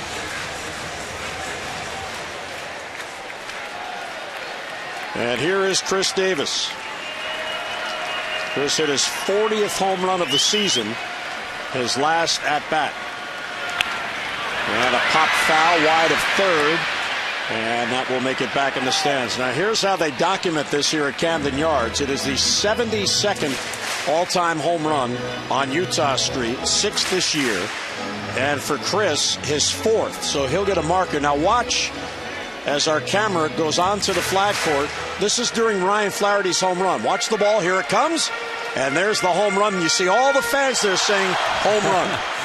That's great. So right out there for the documentation of the ball landing on Utah Street, and as a bonus, catching the home run of Flaherty. Outstanding camera work by our crew. Jones at first with one down. And it's outside. And you can see the reaction of the fans there on the railing on the flag court cheering for their team. They knew it was a home run. It was right in front of them. Right. So it was reviewed by the umpires. The double that they called was overturned, and the home run awarded to Flaherty. Davis slaps it foul the other way, and it's 1-2. So the fastest Orioles to reach 40 home runs in a season.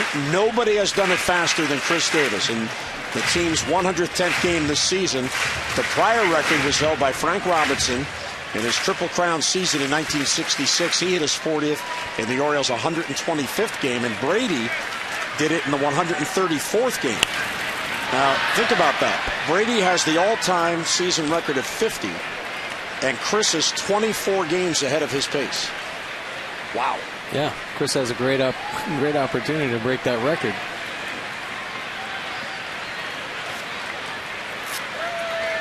Down in the count, 1-2 with Jones on at first, one down.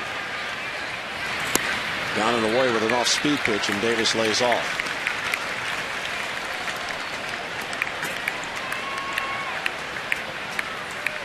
Well, you got your birthday wish.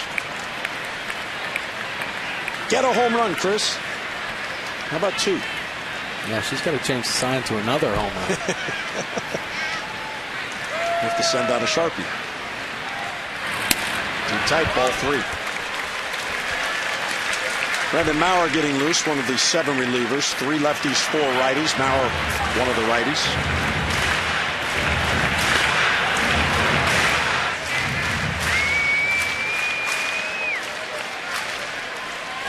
Adam getting a good lead off first.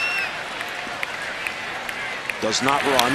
And it's swept towards first base. Smoke gloves. Thinks about second. The flip to first is just in time to get Davis.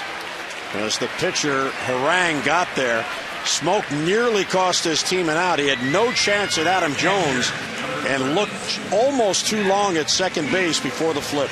Well, he sure did. A little topper here as Chris Davis gives chase to the breaking ball.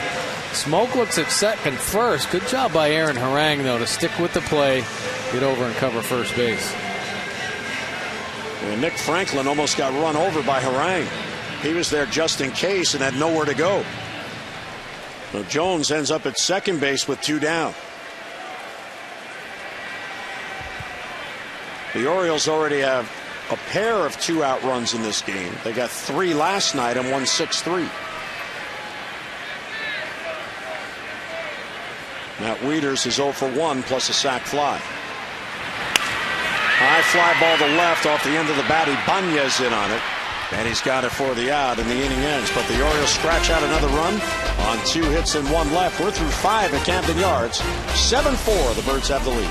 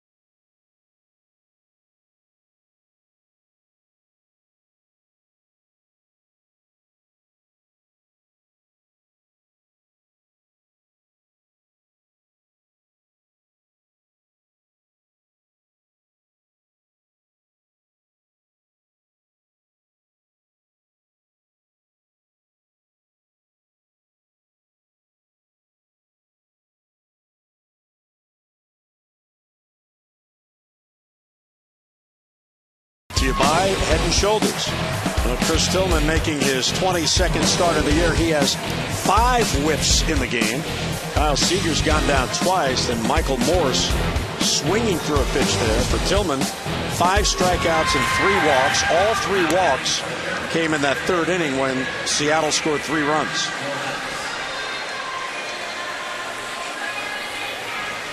So both the run support storylines are being followed here. Tillman gets 6.18 per game. The Orioles have scored him 7. Harang gets 3.95. Seattle scored him 4. Right on.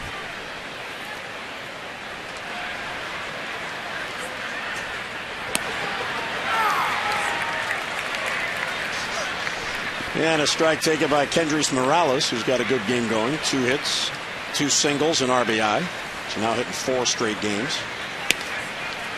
This was the player that most of the folks who follow the trading deadline meticulously felt would be traded to a contender. As Morales can be a free agent at the end of the year. Swing and a miss, and it's 1-2, and he is still a Mariner. Now, of course, you can still make trades in August. Player, though, has to get through waivers, and Dan Duquette said one thing about that as teams look to pick up players. If you make a claim on a player, you better make sure you really want that player, because you might just inherit the salary. Yeah. Now, for a player like Morales, who will be a free agent at the end of the year, it won't be that big of an undertaking. But there have been some big contracts, and that's slapped the other way. That's a fair ball. Morales has a 3-hit night. And McLeod has to go all the way into the corner. Morales pulls in the second with a leadoff double. So Kendrys Morales is on, and 1 away. Well, the pennant race will heat up at Oriole Park. Tampa Bay comes to town on Tuesday, August 19th. They'll be here Tuesday, Wednesday, and Thursday through August 21st. And on the Thursday game, the first 10,000 fans 15 and over will receive an Orioles license plate frame. Now show your Birdland pride as the Orioles battle the Rays for a spot in the postseason. Get your tickets in advance and save. 888-848-BIRD, or get online at Orioles.com.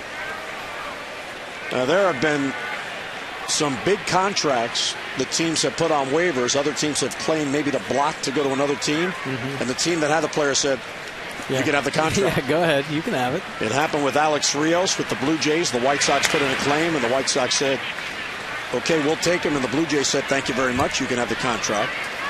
And when Randy Myers left the Orioles following the 97 season, he signed a huge, at the time, 3-year, $18 million deal with Toronto. And in August of that year, the Blue Jays were out of the race. They put Randy on waivers. There were rumors that the Braves wanted him. They were competing with the Padres in the National League. Here's the 0-1. And the Padres put in a claim to block the Braves from getting Randy Myers. And the Blue Jays said, you can have him. So they inherited the final $12 million plus what was owed that year. Randy eventually got hurt in San Diego and was never the same. So that's one thing to consider as you read about all those rumors. As Ibanez has accounted 0-2, as teams possibly look to add for this stretch through the waiver wire, and will players get through? And just about every player is put on waivers just to see what interest there might be out there. Now, Manny Machado might not be put on waivers. Or Adam Jones might not be put on waivers because there's no way they're going to be dealt, so why do it? But usually teams will put several on there to see if they can sneak somebody through. 1-2 to Ibanez is line foul. And the Oriole fans got to give him credit here tonight. Every time Ibanez comes up, Mike talked about those 2 home runs he hit in the same playoff game last year as a member of the Yankees. Every time he's introduced, they're booing him. There aren't many former Yankees that can make it through Camden Yards without being booed. 24 home runs for Ibanez at the age of 41. Lays off the breaking pitch in the dirt.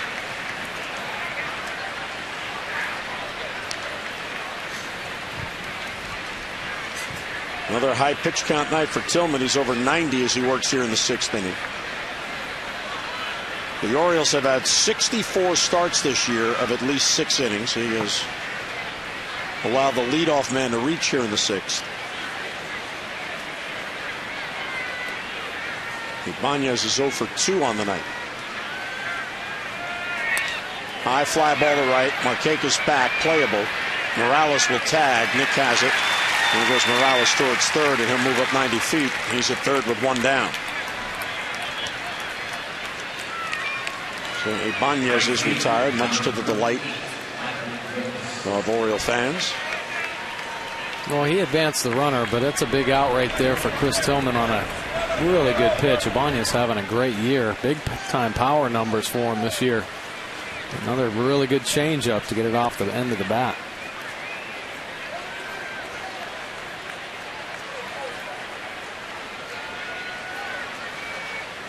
Here's Michael Morse, who is 0 for 2. This ball's hit to the gap in right center field. That's going to get down for a base hit. There it goes all the way to the wall. Morales will score, and Morris will pull into second base with a double. So first ball swinging, going with the pitch. It is 7-5, and once again, it's a 2-run game. Troy Patton now getting loose for the Orioles. Orioles have an 8-man bullpen tonight with Steve Johnson added. The replacement for Brian Roberts, who went on paternity leave. Here's Stevie. One of those nights, last Friday against Boston, 7 scoreless innings for Chris Tillman. He allowed only 2 hits and no runs in that game. The pitch count is mounting. Tonight he's allowed 5 runs on 7 hits. And here is Justin Smoke with a runner in scoring position and 1 down.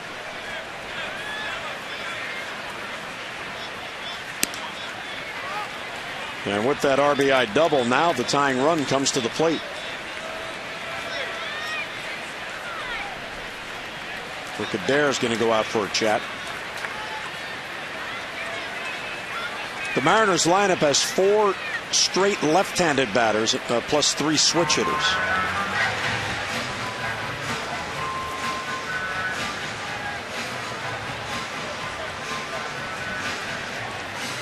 First 2 innings, it looked like it was going to be the typical Chris Tillman start. But the 3rd inning, he was out of whack. He walked 3 batters in the inning, allowed 3 runs, 2 on the home run to Saunders. Was able to get through the 4th on just 7 pitches. With the home run in the 5th by Quintero, and now a run here in the 6th. So the Mariners have scored in 3 of their 6 at-bats. And 2 for 4 on the night with runners in scoring position. Those are 2 out of 6. Michael Morse out there with 1 down.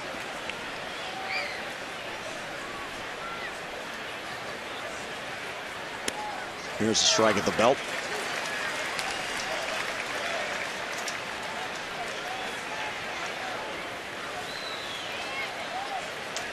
One of the reasons Buck Showalter mentioned why Bud Norris started last night is because he was scratched. He was supposed to pitch on Tuesday and then was scratched as there was the trade on the verge of being completed with the Orioles.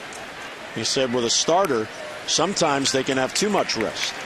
Well, because of the day off on Monday, and then Bud Norris joining the team and starting last night when Tillman was scheduled to start, Chris has not pitched in a week. Yeah. And even though you could say, well, at this time of year, he's pitched a lot of innings, 126 coming in. An extra day may be okay, but an extra 2 days, you don't know. You just might be just that much off your game. And it's going to be a challenge coming up because of all the days off. The Orioles next week have 2 days off, one on Monday and then one on Thursday after that 2-game series in San Diego. 1-2 on Smoke. Slice foul the other way. McLouth over. They run out of room. It's back out of play.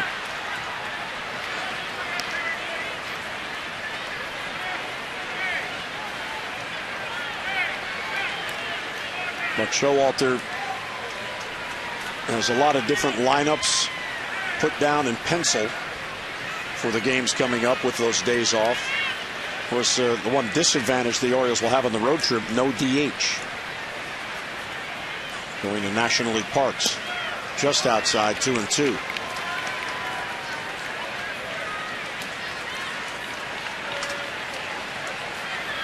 Yeah, the Orioles pitchers have been taking batting practice all week. Been seeing them doing their bunting drills and having some fun swinging the bat. A couple of them going deep. Tommy Hunter hit a couple home runs. Feldman, pretty good swings. Doesn't chase the breaking ball, ball 3. And unlike the first 2 innings when Chris had a real good curveball, his curveball late in this game has been bouncing and the hitters don't even offer at it.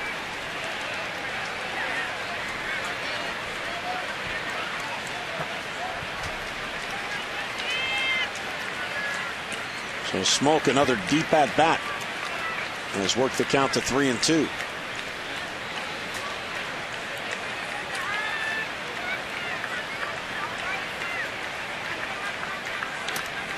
And a foul. He just got a piece. Well, Chris has a lot of confidence in that changeup right now, though. He's throwing it a lot. See his pitch count now. The average 104.9, season high 117. Tonight, right at 100 pitches.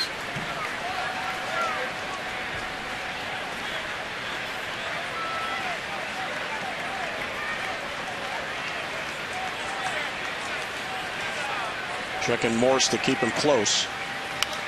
Foul back this way.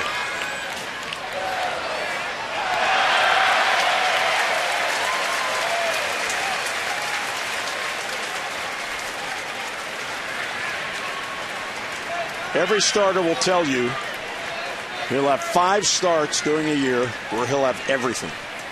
Command, any pitch for strike, any count. 5 where he has nothing.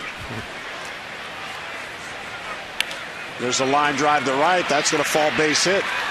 Morse got a late start. He's held at third, and Nick plays it back in. So how about Smoke? Another deep at bat. Gets a base hit. He's on base for a 3rd time. And now the tying runs are on with 1 down here in the 6th inning. Yeah, quite a battle there between he and Chris Tillman, and he wins that one after a big pitch count. Buck Showalter now on the way to get Tillman. So that'll do it for Chris, who goes just 5 1/3. And with the lefty Saunders coming up. When Tillman leaves, it's his game to win. Tying runs are on. We'll get Patton in the 6th.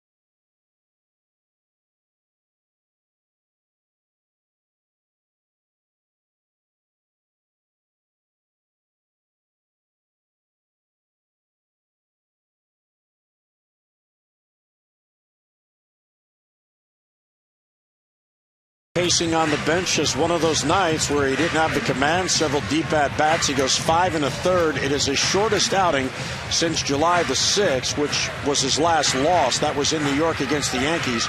He allowed 5 runs in 5 1/3 in that game, 5 runs in 5 1/3 on 8 hits in this game, and the 2 men on base are his responsibility. So he can win this game. He cannot lose it.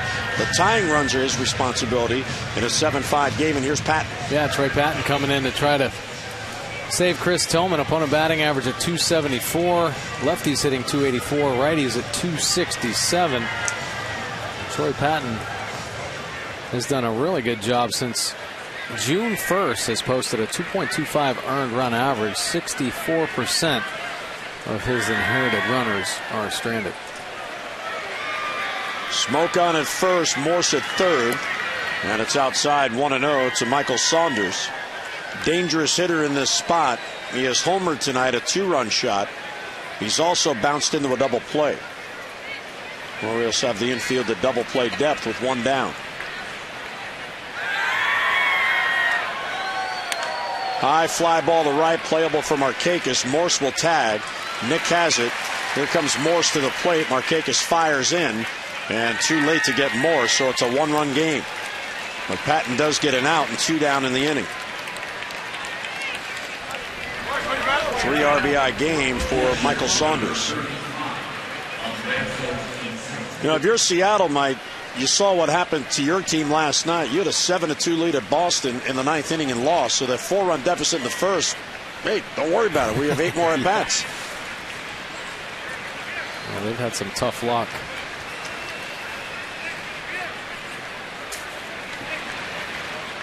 And here is Quintero, who has homered. That was in his last at bat to center field. He's also drawn a walk. Ground ball to short, should end the inning. Hardy will flip to Flaherty. There's the force on Smoke, and Patton does a real good job. So the Mariners get close. They chase Tillman. Bottom of the 6th coming up. The Birds still have the lead.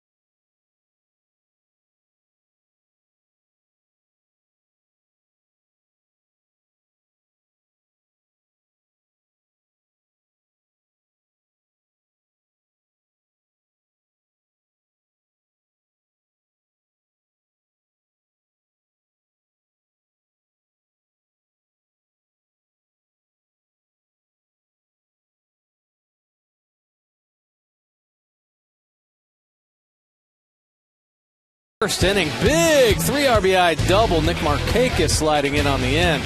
But then it's Michael Saunders with the solo shot in the 3rd inning. But Crush Davis with the monster blow onto Utah Street, his 40th home run of the year. Ryan Flaherty having a great day, a double, and he picks up this solo shot in the 4th as well. Oh yeah, it's a home run. And the Orioles having the lead right now. We got the game summary. Orioles 7-6 over the Mariners. Chris Davis 1 for 3 for that 40th home run. Aaron Harang, 5 innings pitched, 7 earned runs. Tillman out of the ballgame, 5 1/3, 6 earned runs. Geico, remember, saving people money on more than just car insurance. So Chris Tillman on the bench, his night now complete with the 5 1/3, 6 earned runs. And here is Brandon Maurer coming on for Seattle. Yeah, this will be his 12th game. 6.88 earned run average, 33 strikeouts to 17 base on balls. Check out the opponent batting average, 324. Lefties hitting 342, and the righties at 301.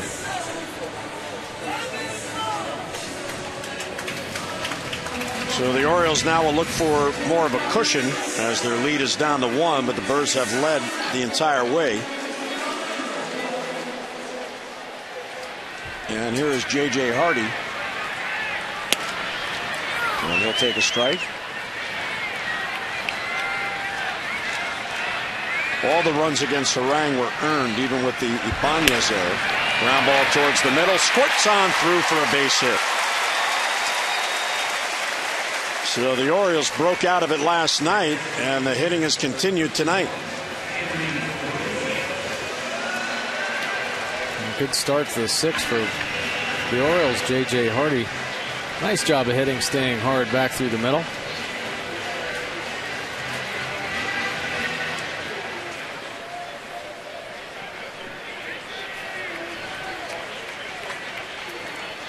And here is Henry Urrutia. And a base hit to left field. The rookie stays hot.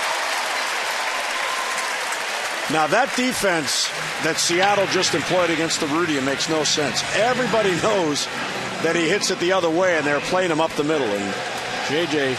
grimacing a bit at second base.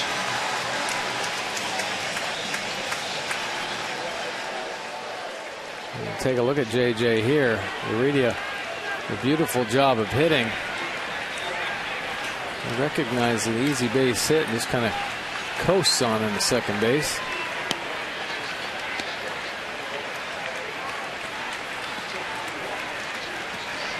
So here is Ryan Flaherty, 2 on and none out.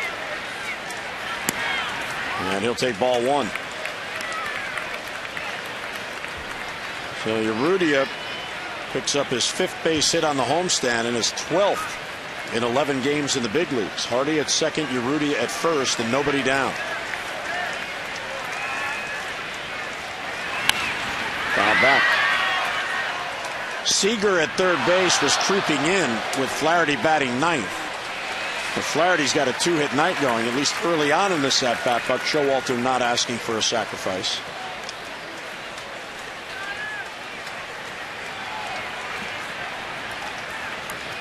There's a lot of room on the left side of the infield. The shortstop Miller shading up the middle. Oh, good breaking ball.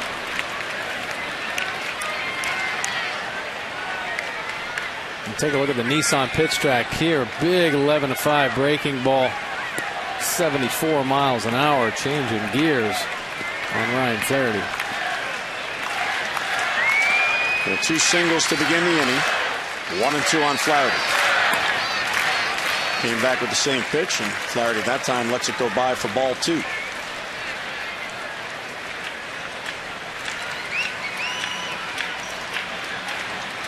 Ryan Flaherty has worked very hard to stay sharp, so when needed, he's ready. He played first base the other night for Chris Davis, who got a half a night off DHing, tonight playing second base. Line drive, base hit left field for Flaherty. Hardy will be held at third. Ibanez gets it in. 3 consecutive singles to begin the inning. Boy, another beautiful piece of hitting by Ryan Flaherty. We've seen a lot of the Orioles lefties going the other way. And Ryan Flaherty stays on this fastball. Watch his hands come inside the ball. Drops the bat head down and just spanks it out into left field. See Bobby Dickerson holding J.J. Hardy up. That ball's just hit too hard. So the Orioles have 10 hits in the game and 10 hits for a second consecutive game. And a chance for a big inning. Here's Nate McLouth. Bases full of birds, nobody down. Breaking ball outside. Good take, 1-0.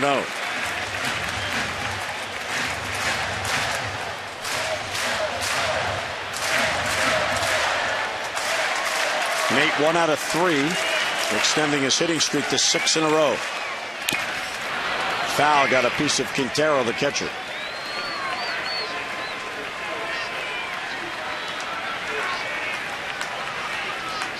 Ouch.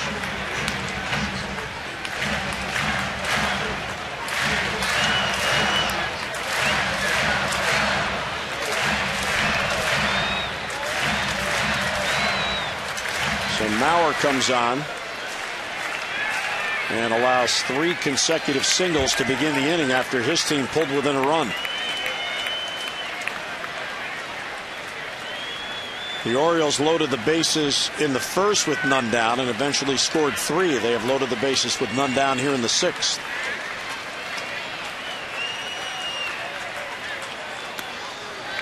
Down and in, ball 2.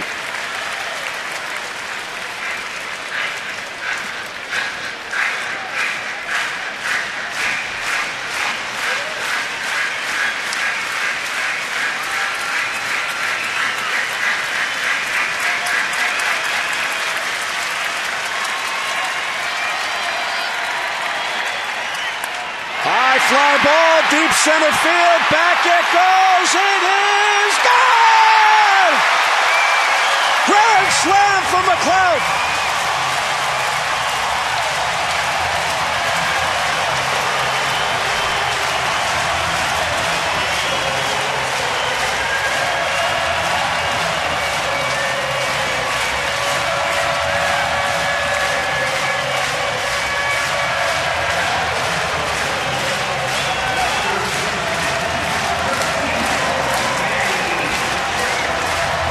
And our Lexus drive of the game brought to you by Lexus of Towson, the Baltimore area's #1 Lexus dealer. Come see why. They're the #1 at LexusofTowson.com.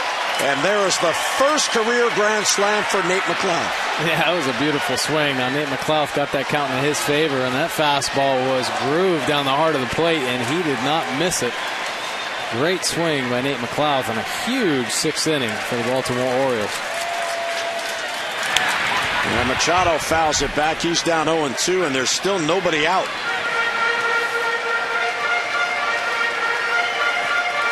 McLeod, his 8th multi-hit game since the All-Star break.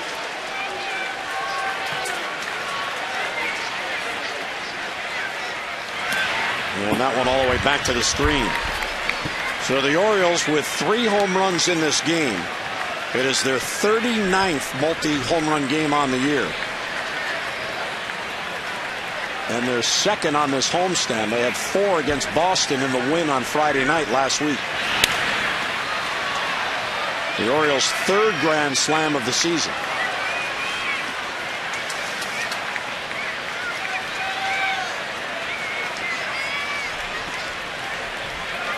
Chris Davis had the grand slam in the home opener. That was way back in April. And Wieters has the other grand slam. Grounded to short. Brad Miller has it. And Machado retired for the first out in the inning, 1 away.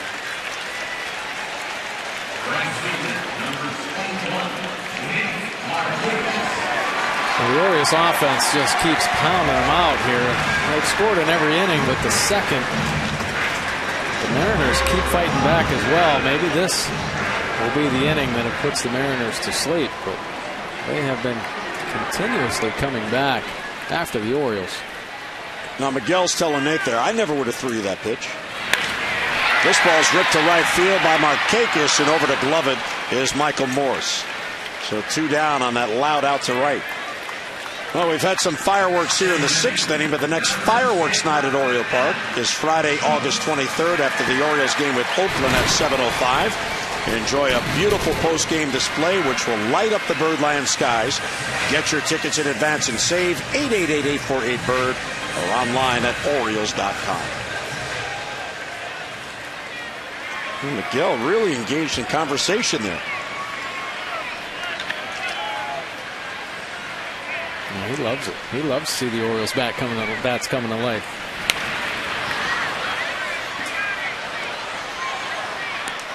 Meantime, Tillman is loving life. He allowed 6 runs in 5 1/3, and he's got a 5-run lead. And now the Orioles bullpen will go about trying to hold it, as Patton got the final 2 outs in the 6th. So they'll have to pitch the final 3 innings. 0-1 on Jones, who was 2 out of 3 on the night.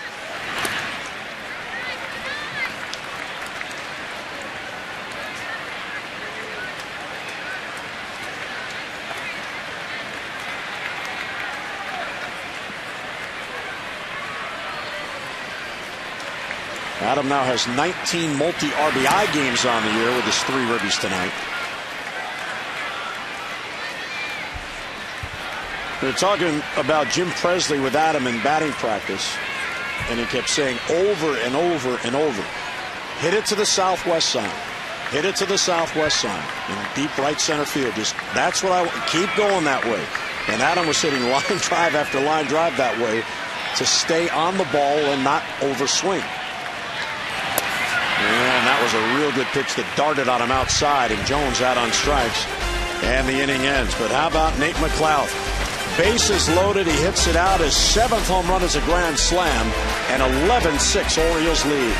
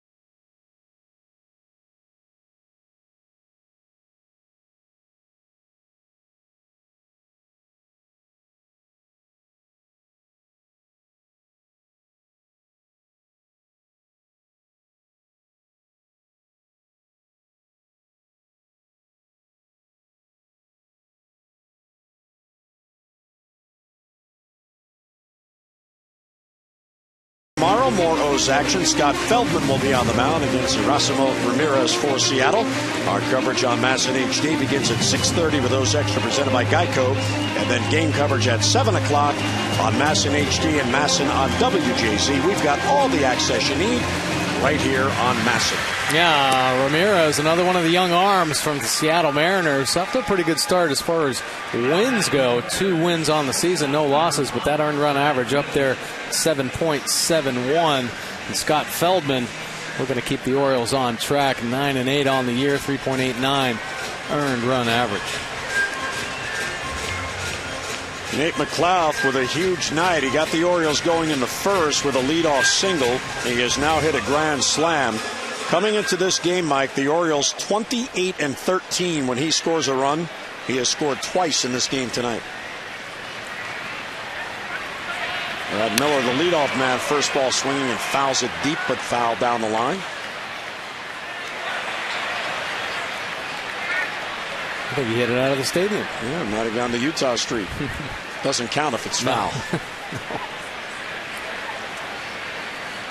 Miller is 0 for 3. He did reach on a fielder's choice and scored. Stays off the breaking ball. Patton got Saunders and Quintero to end the 6th. One inherited runner did score. Popped up foul back of the plate. That'll be in the crowd.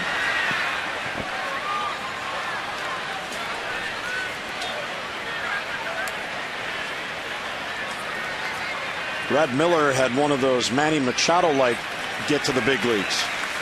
Drafted in 2011. This year began in Double-A. Then to Triple-A, although Manny skipped that part. Just outside.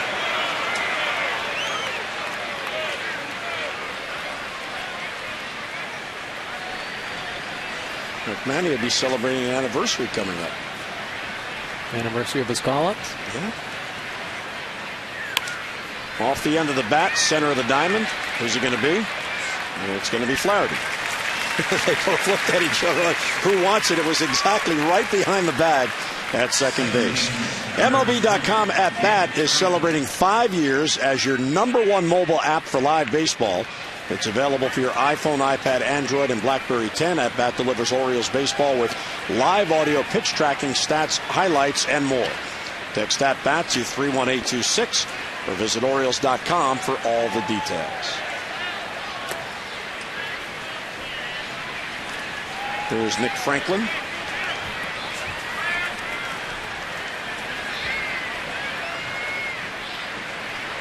Franklin is 0 for 3. He is grounded out. He is flied out. He is struck out. Oh, good off sweep it.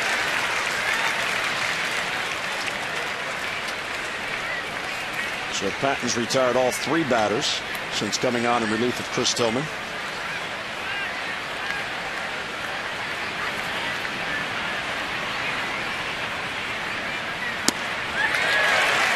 Same pitch, same result. Yeah, Troy Patton's had great command of his slider. He went through a spell, though, where he was inconsistent with it, and he was giving up some hits and some runs, but he has made some adjustments, and you see his location perfect. One right there under the hands, and that one the back door. And he got him. Now, see your Weeders, you know you got a rookie at the plate. We looked bad on the first one. Same result on the second one, so why not go 3 in a row? Heck yeah, what a sweeping slider that is. Now, Troy Patton throwing across his body, so that ball looks like it's going to be starting out in the Orioles dugout, and it comes back over the plate. Franklin can't quite get to it.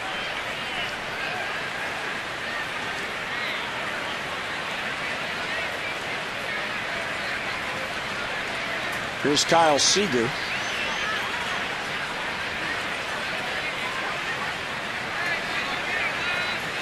For 2 with a couple of strikeouts, make that 1 for 3 with a base hit. Markakis over to cut it off. Seager's thinking too. He's challenging Markakis. The throw, he is out at second base. Kyle Seager, what are you doing? Down by 5, challenging Nick Markakis. So Seager runs into an out to end the inning. 3 up and 3 down in the inning with the base hit and out at second trying to stretch.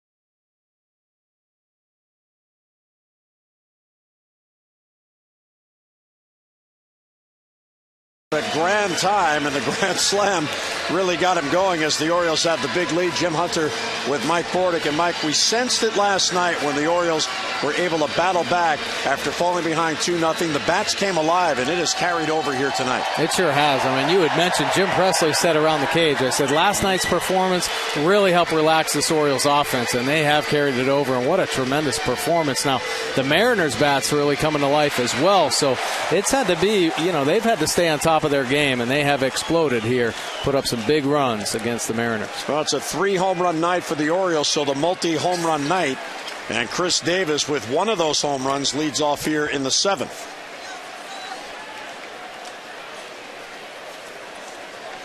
Chris's 40th home run, now 101 RBIs.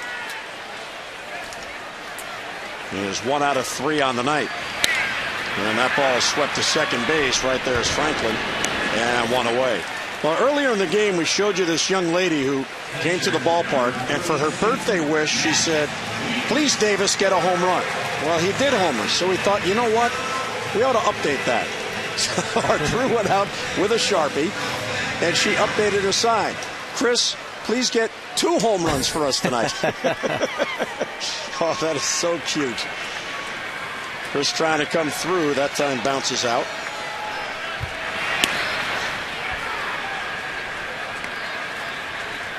Let's go Orioles. That's playing it safe. Well, she has multiple signs. It's an artistic family. Here's Matt Wieters.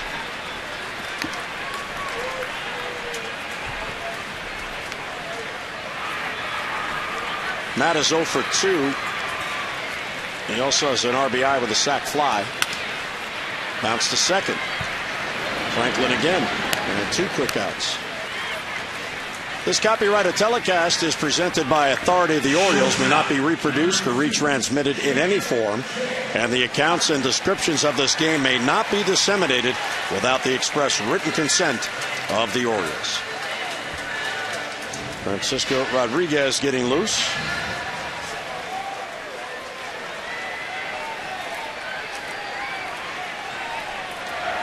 J.J. Hardy now.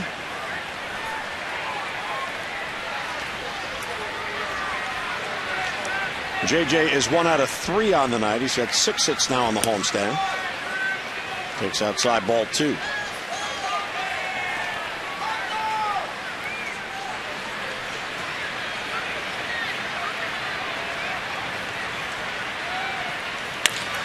Center field off the end of the bat, but it hangs up for Saunders.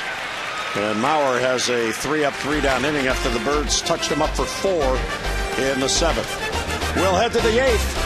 Young ladies enjoying it. Really enjoying it. 11-6 Birds.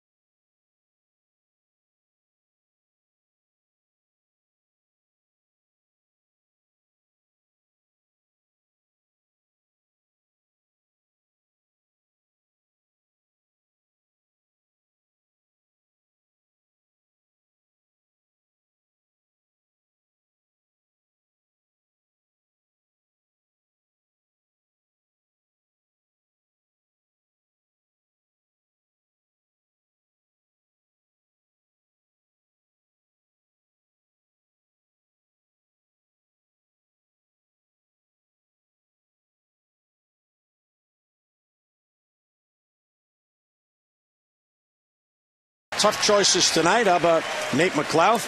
He's 2 for 4. He scored twice, and oh yeah, he's got that grand slam. Ryan Flaherty is 3 for 3, including a solo home run. And Adam Jones is 2 for 4 with a pair of RBI hits and 3 ribbies on the night. Text in your vote now and have your voice heard, A, B, or C, to 31826. Francisco Rodriguez now into the ball games. This will be his 29th appearance on the season. 1.63 earned run average, 28 strikeouts in 27 2/3 innings. Opponent batting average just 196. Take a look at the left-handers hitting just .091 off Rodriguez. Righties much better at 333, but he has got a devastating changeup to left-handed bats, and he's going to try to calm Kendrys Morales down, he's got 3 hits tonight. He had 4 in last night's ball game as well. So a red-hot Morales comes to the plate. Rodriguez is making his 4th appearance since the trade from Milwaukee. He has allowed runs in 2 of the 3, each coming on solo homers. Here is Morales. Ibanez is on deck, and then Michael Morse due for Seattle in the 8th. Fly ball to center field. Jones going back on it. Still going back. And that ball is gone into the Orioles bullpen. And Rodriguez has allowed another home run. 3 runs allowed since joining the Orioles, all on solo homers. And it's now 11-7. Back-to-back 4-hit games for Kendrys Morales. You're not going to find a much harder hitter than Morales. His 17th home run of the season. And he jumps all over this first pitch fastball, up and out over the plate, maybe even off the plate. But he likes the look of it, and he gets on it. Hammers it center field. For Morales, number 17, he's got a 2 RBI night. Strike taken by Ibanez. He is 0 for 3, bounced into the fielder's choice in the second, is flied out twice.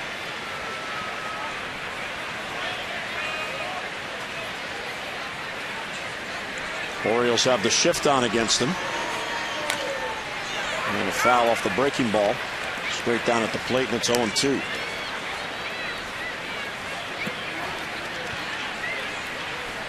This is one of these nights, if you're Seattle, a struggling team, that you're going to be really frustrated if you don't complete the comeback, where at the moment you have 7 runs on the board. Robbie Thompson's club, they're winless on this road trip. This is their 4th game. And you're trailing by 4 runs with 7 on the board. And there goes Ibanez.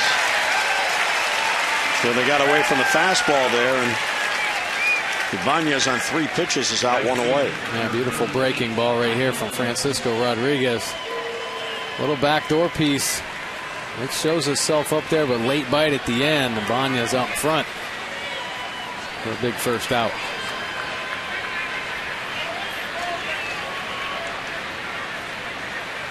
Michael Morse now.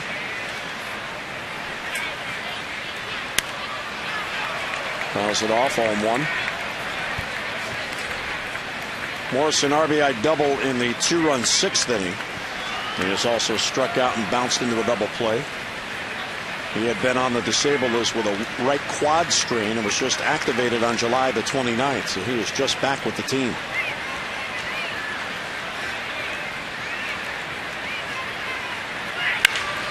Deep left field, and that ball's going to go. It's 11-8. 2 home run inning allowed by Francisco Rodriguez. Well, you thought that grand slam by Nate McLouth might take the wind out of this Mariners offense, but they continue to fight back. The home runs here in the 8th, and Morris gets his arms extended on a 91-mile-an-hour fastball up in the zone. And he covers this ball deep to left field. It's amazing in a game in which you have 11 runs on the board. At the moment, it now becomes a save situation. Ryan Mattis is going to get loose here in the 8th. Still only 1 down. Here's Justin Smoke. Breaking ball for a strike, 0-1. In his brief time with the Orioles, the secondary pitches have not been a problem for Rodriguez. It's been the fastball. Well, the fastballs have been elevated. Top of the zone. They're seeing him good.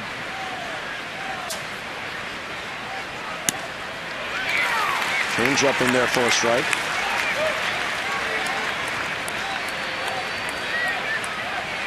There haven't been very many games for Rodriguez since he joined the team where it might be a hold situation. This is as close as it was, and he's allowed 2 runs to get Seattle back within 3. And he got him. Another changeup. So the fastball command is something he's going to have to work on. The off-speed stuff has been outstanding. Yeah, that's a great changeup right there. 84 miles an hour, and really with the arms and legs going, and he has great arm speed on it. Good location down in the zone. He gets smoked swinging.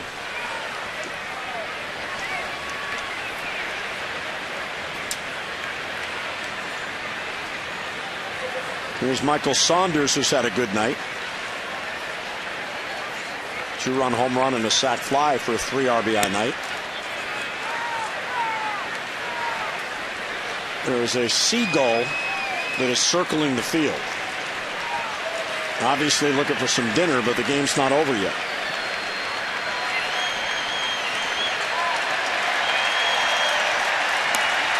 Swing and a miss, 1-1. And the fans now are cheering on the seagull. They want the gull to land somewhere. And he's just circling around, trying to find some food. There's none out there. Maybe some used sunflower seeds. That's about it. Now it's 1-2.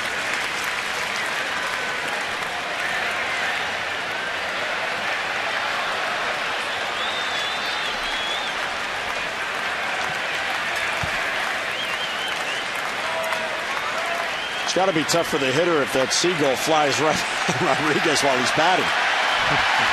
And he has landed and he's getting an ovation. Welcome to Baltimore. Of course, he lives in the harbor, so he didn't have to come far. He's looking around like, what's going on? I'm important. And the 1-2 is fouled down the line.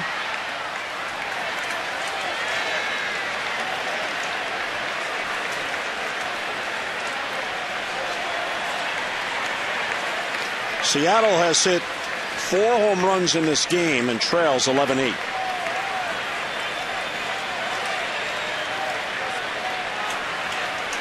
One and 2 on Saunders.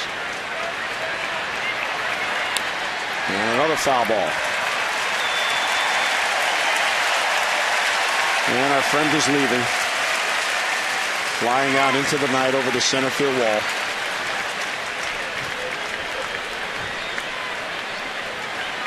But he'll be back. Oh, absolutely, with friends. As soon as the game ends.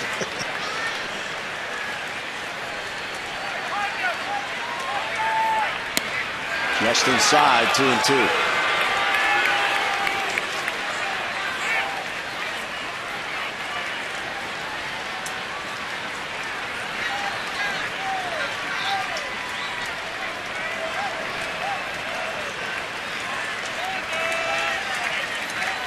And he got him. So the changeup outstanding. Rodriguez, though, allows Seattle to pull closer. A 2-home run inning. We'll go to the bottom of the 8th with the beautiful Blue Jay and the Seagull over.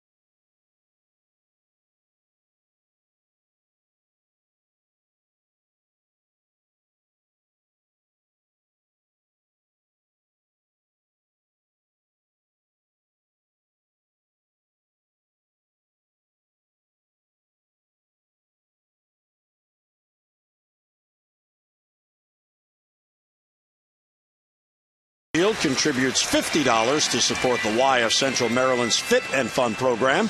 To date, the Orioles have drawn 264 walks for a total of $13,200. Care First Blue Cross Blue Shield encourages each of us to take that first step towards a healthier and a more active lifestyle. 25,947 on hand at Camden Yards, and they have seen a lot of hitting. 11-11-0 for the Orioles, 8-11-1 for Seattle. 7 home runs total in this game. The Orioles have hit 3 and have the lead. Seattle has hit 4 and trails. 3 of the 4 for Seattle solos. 1 of the Orioles a grand slam. Urrutia takes high 1-0 as Mauer stays on. It's his 3rd inning of work. Of course, he was in the rotation, so he is stretched out. This is only his 2nd relief appearance. Urrutia to left field that hangs for Ibanez. And he's got it for the out and 1 away. So unless the Orioles score, even though the Birds have 11 runs, this is a save situation. And a nice ovation for Ryan Flaherty, who's having a nice night. He has doubled, he has homered, he has singled. Does he have a triple in that bat?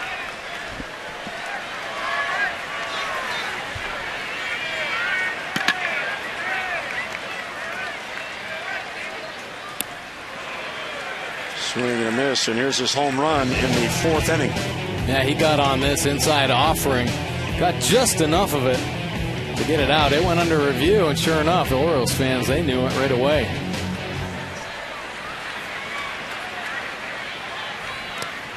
And he waves at a breaking ball, couldn't stop in time. 0-2.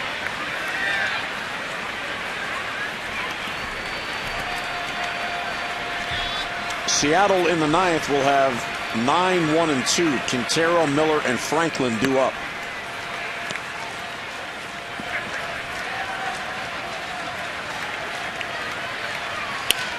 Bouncer towards the middle. Bobbled by the shortstop Miller, and no play at first base as it's off the bag. Smoke had to come off the bag to save a 2nd error.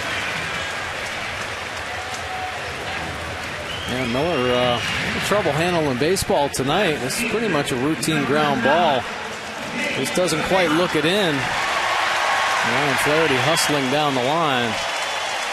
He just didn't catch it cleanly, and then he almost picked himself up 2 errors in one play. Tried to rush the throw. Smoke saved it there. That is his 5th error on the year since coming up from the minors, and here's Nate McLeod. High fly ball center field. This one's playable for Saunders. Flaherty back to tag the draw throw, and Saunders fires it back in.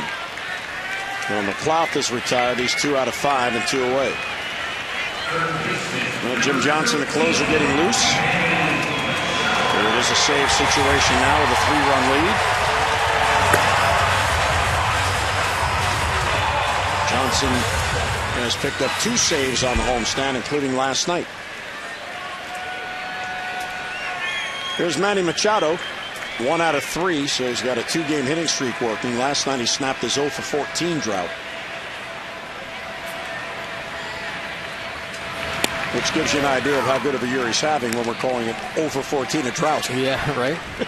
He has had an amazing year, both offensively and defensively. Unbelievable consistency. There's been a lot of pressure on Manny Machado. I mean, right from the get-go, with all the doubles he was hitting, of course, made the All-Star game. And he's handled himself extremely well.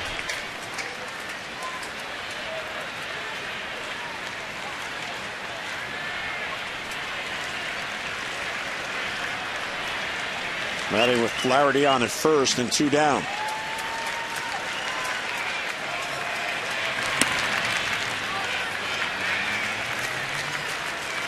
It would almost seem fitting if Machado doubled in this at bat. It would be his 40th double, and it would come in the same game that Davis got his 40th home run. And it would also likely get Flaherty in from first base. He'll be off with the swing with 2 men down. Big, healthy cut throw behind the runner and no play at all. Smoke was in front of the bag.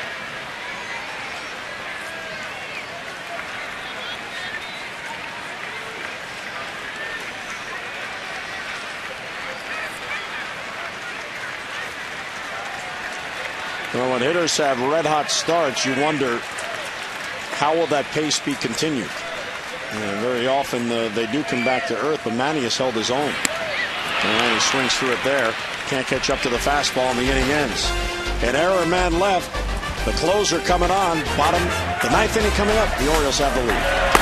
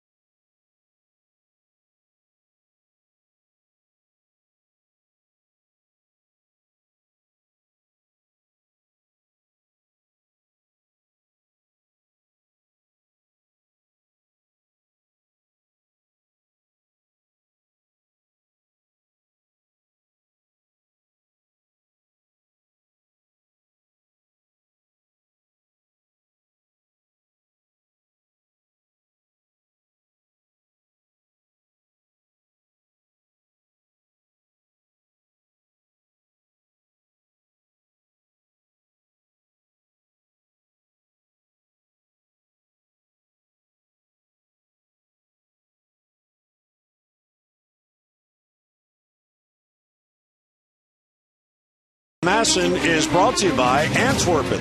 Come to Antwerpen and take the yes test today. Visit any Antwerpen dealership and find out if you pass. 11-8, the Orioles have the lead, 3 outs away from a win.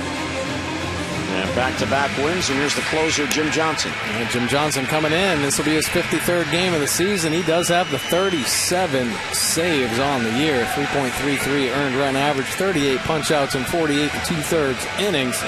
Opponent batting average of 254, lefties 248. Righties just a click better at 263. Jim has 9 consecutive scoreless appearances working. And he has 8 saves in that span. The other appearance was a non-save situation. Here's former Oriole Endy Chavez to lead off. He's pinch hitting. And it's down and away 1-0.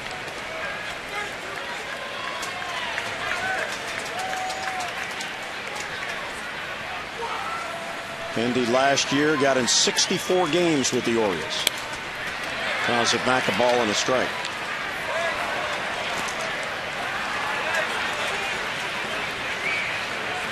Now this is to get a lefty against a righty. Quintero had a real good night. And a tapper out in front of the mound is going to be a tough play. Johnson throws and down the line, but alertly backing up is Ryan Flaherty. Oh, what a heads-up play by Flaherty. So that'll be an infield hit, a swinging bunt. Well, it sure was a nice play by Ryan Flaherty, and the fact of the matter is he took a very good deep angle on the play. And, you know, a lot of times second baseman will back up, but they'll get too close. Now Chavez reaches out, a really good pitch. Johnson getting down there, realizing Chavez's speed, kind of rushes it a little bit. Ryan Flaherty back on the outfield grass to preserve an extra base. So running with speed on. Here's Brad Miller back to the top of the lineup. Bouncer towards Flaherty. To Hardy. Back to first and out at first and a double play. That erases the base runner and 2 men down. Oh, how quick was Hardy getting rid of that? Yeah, Hardy was quick, and Ryan Flaherty was sure-handed as he watched it right into the glove. You see the big chopper now. This is not an easy play. He goes right down with his eyes to get it. J.J. Hardy turns it better than anybody. And you see the close play at first, but indeed he was out. And a ground ball to second base to Flaherty. He'll get it to first, and the Orioles get the opener of this 3-game series. Jim Johnson picks up the save. Nate McLouth with the big blow, the grand slam. And the Orioles grab the opener 11-8 for Jim Johnson's save number 38 on the year and number 40 as Chris Davis hit his 40th home run in the victory. Final score at Camden Yards as the Birds grab the opener. Orioles 11, Seattle 8.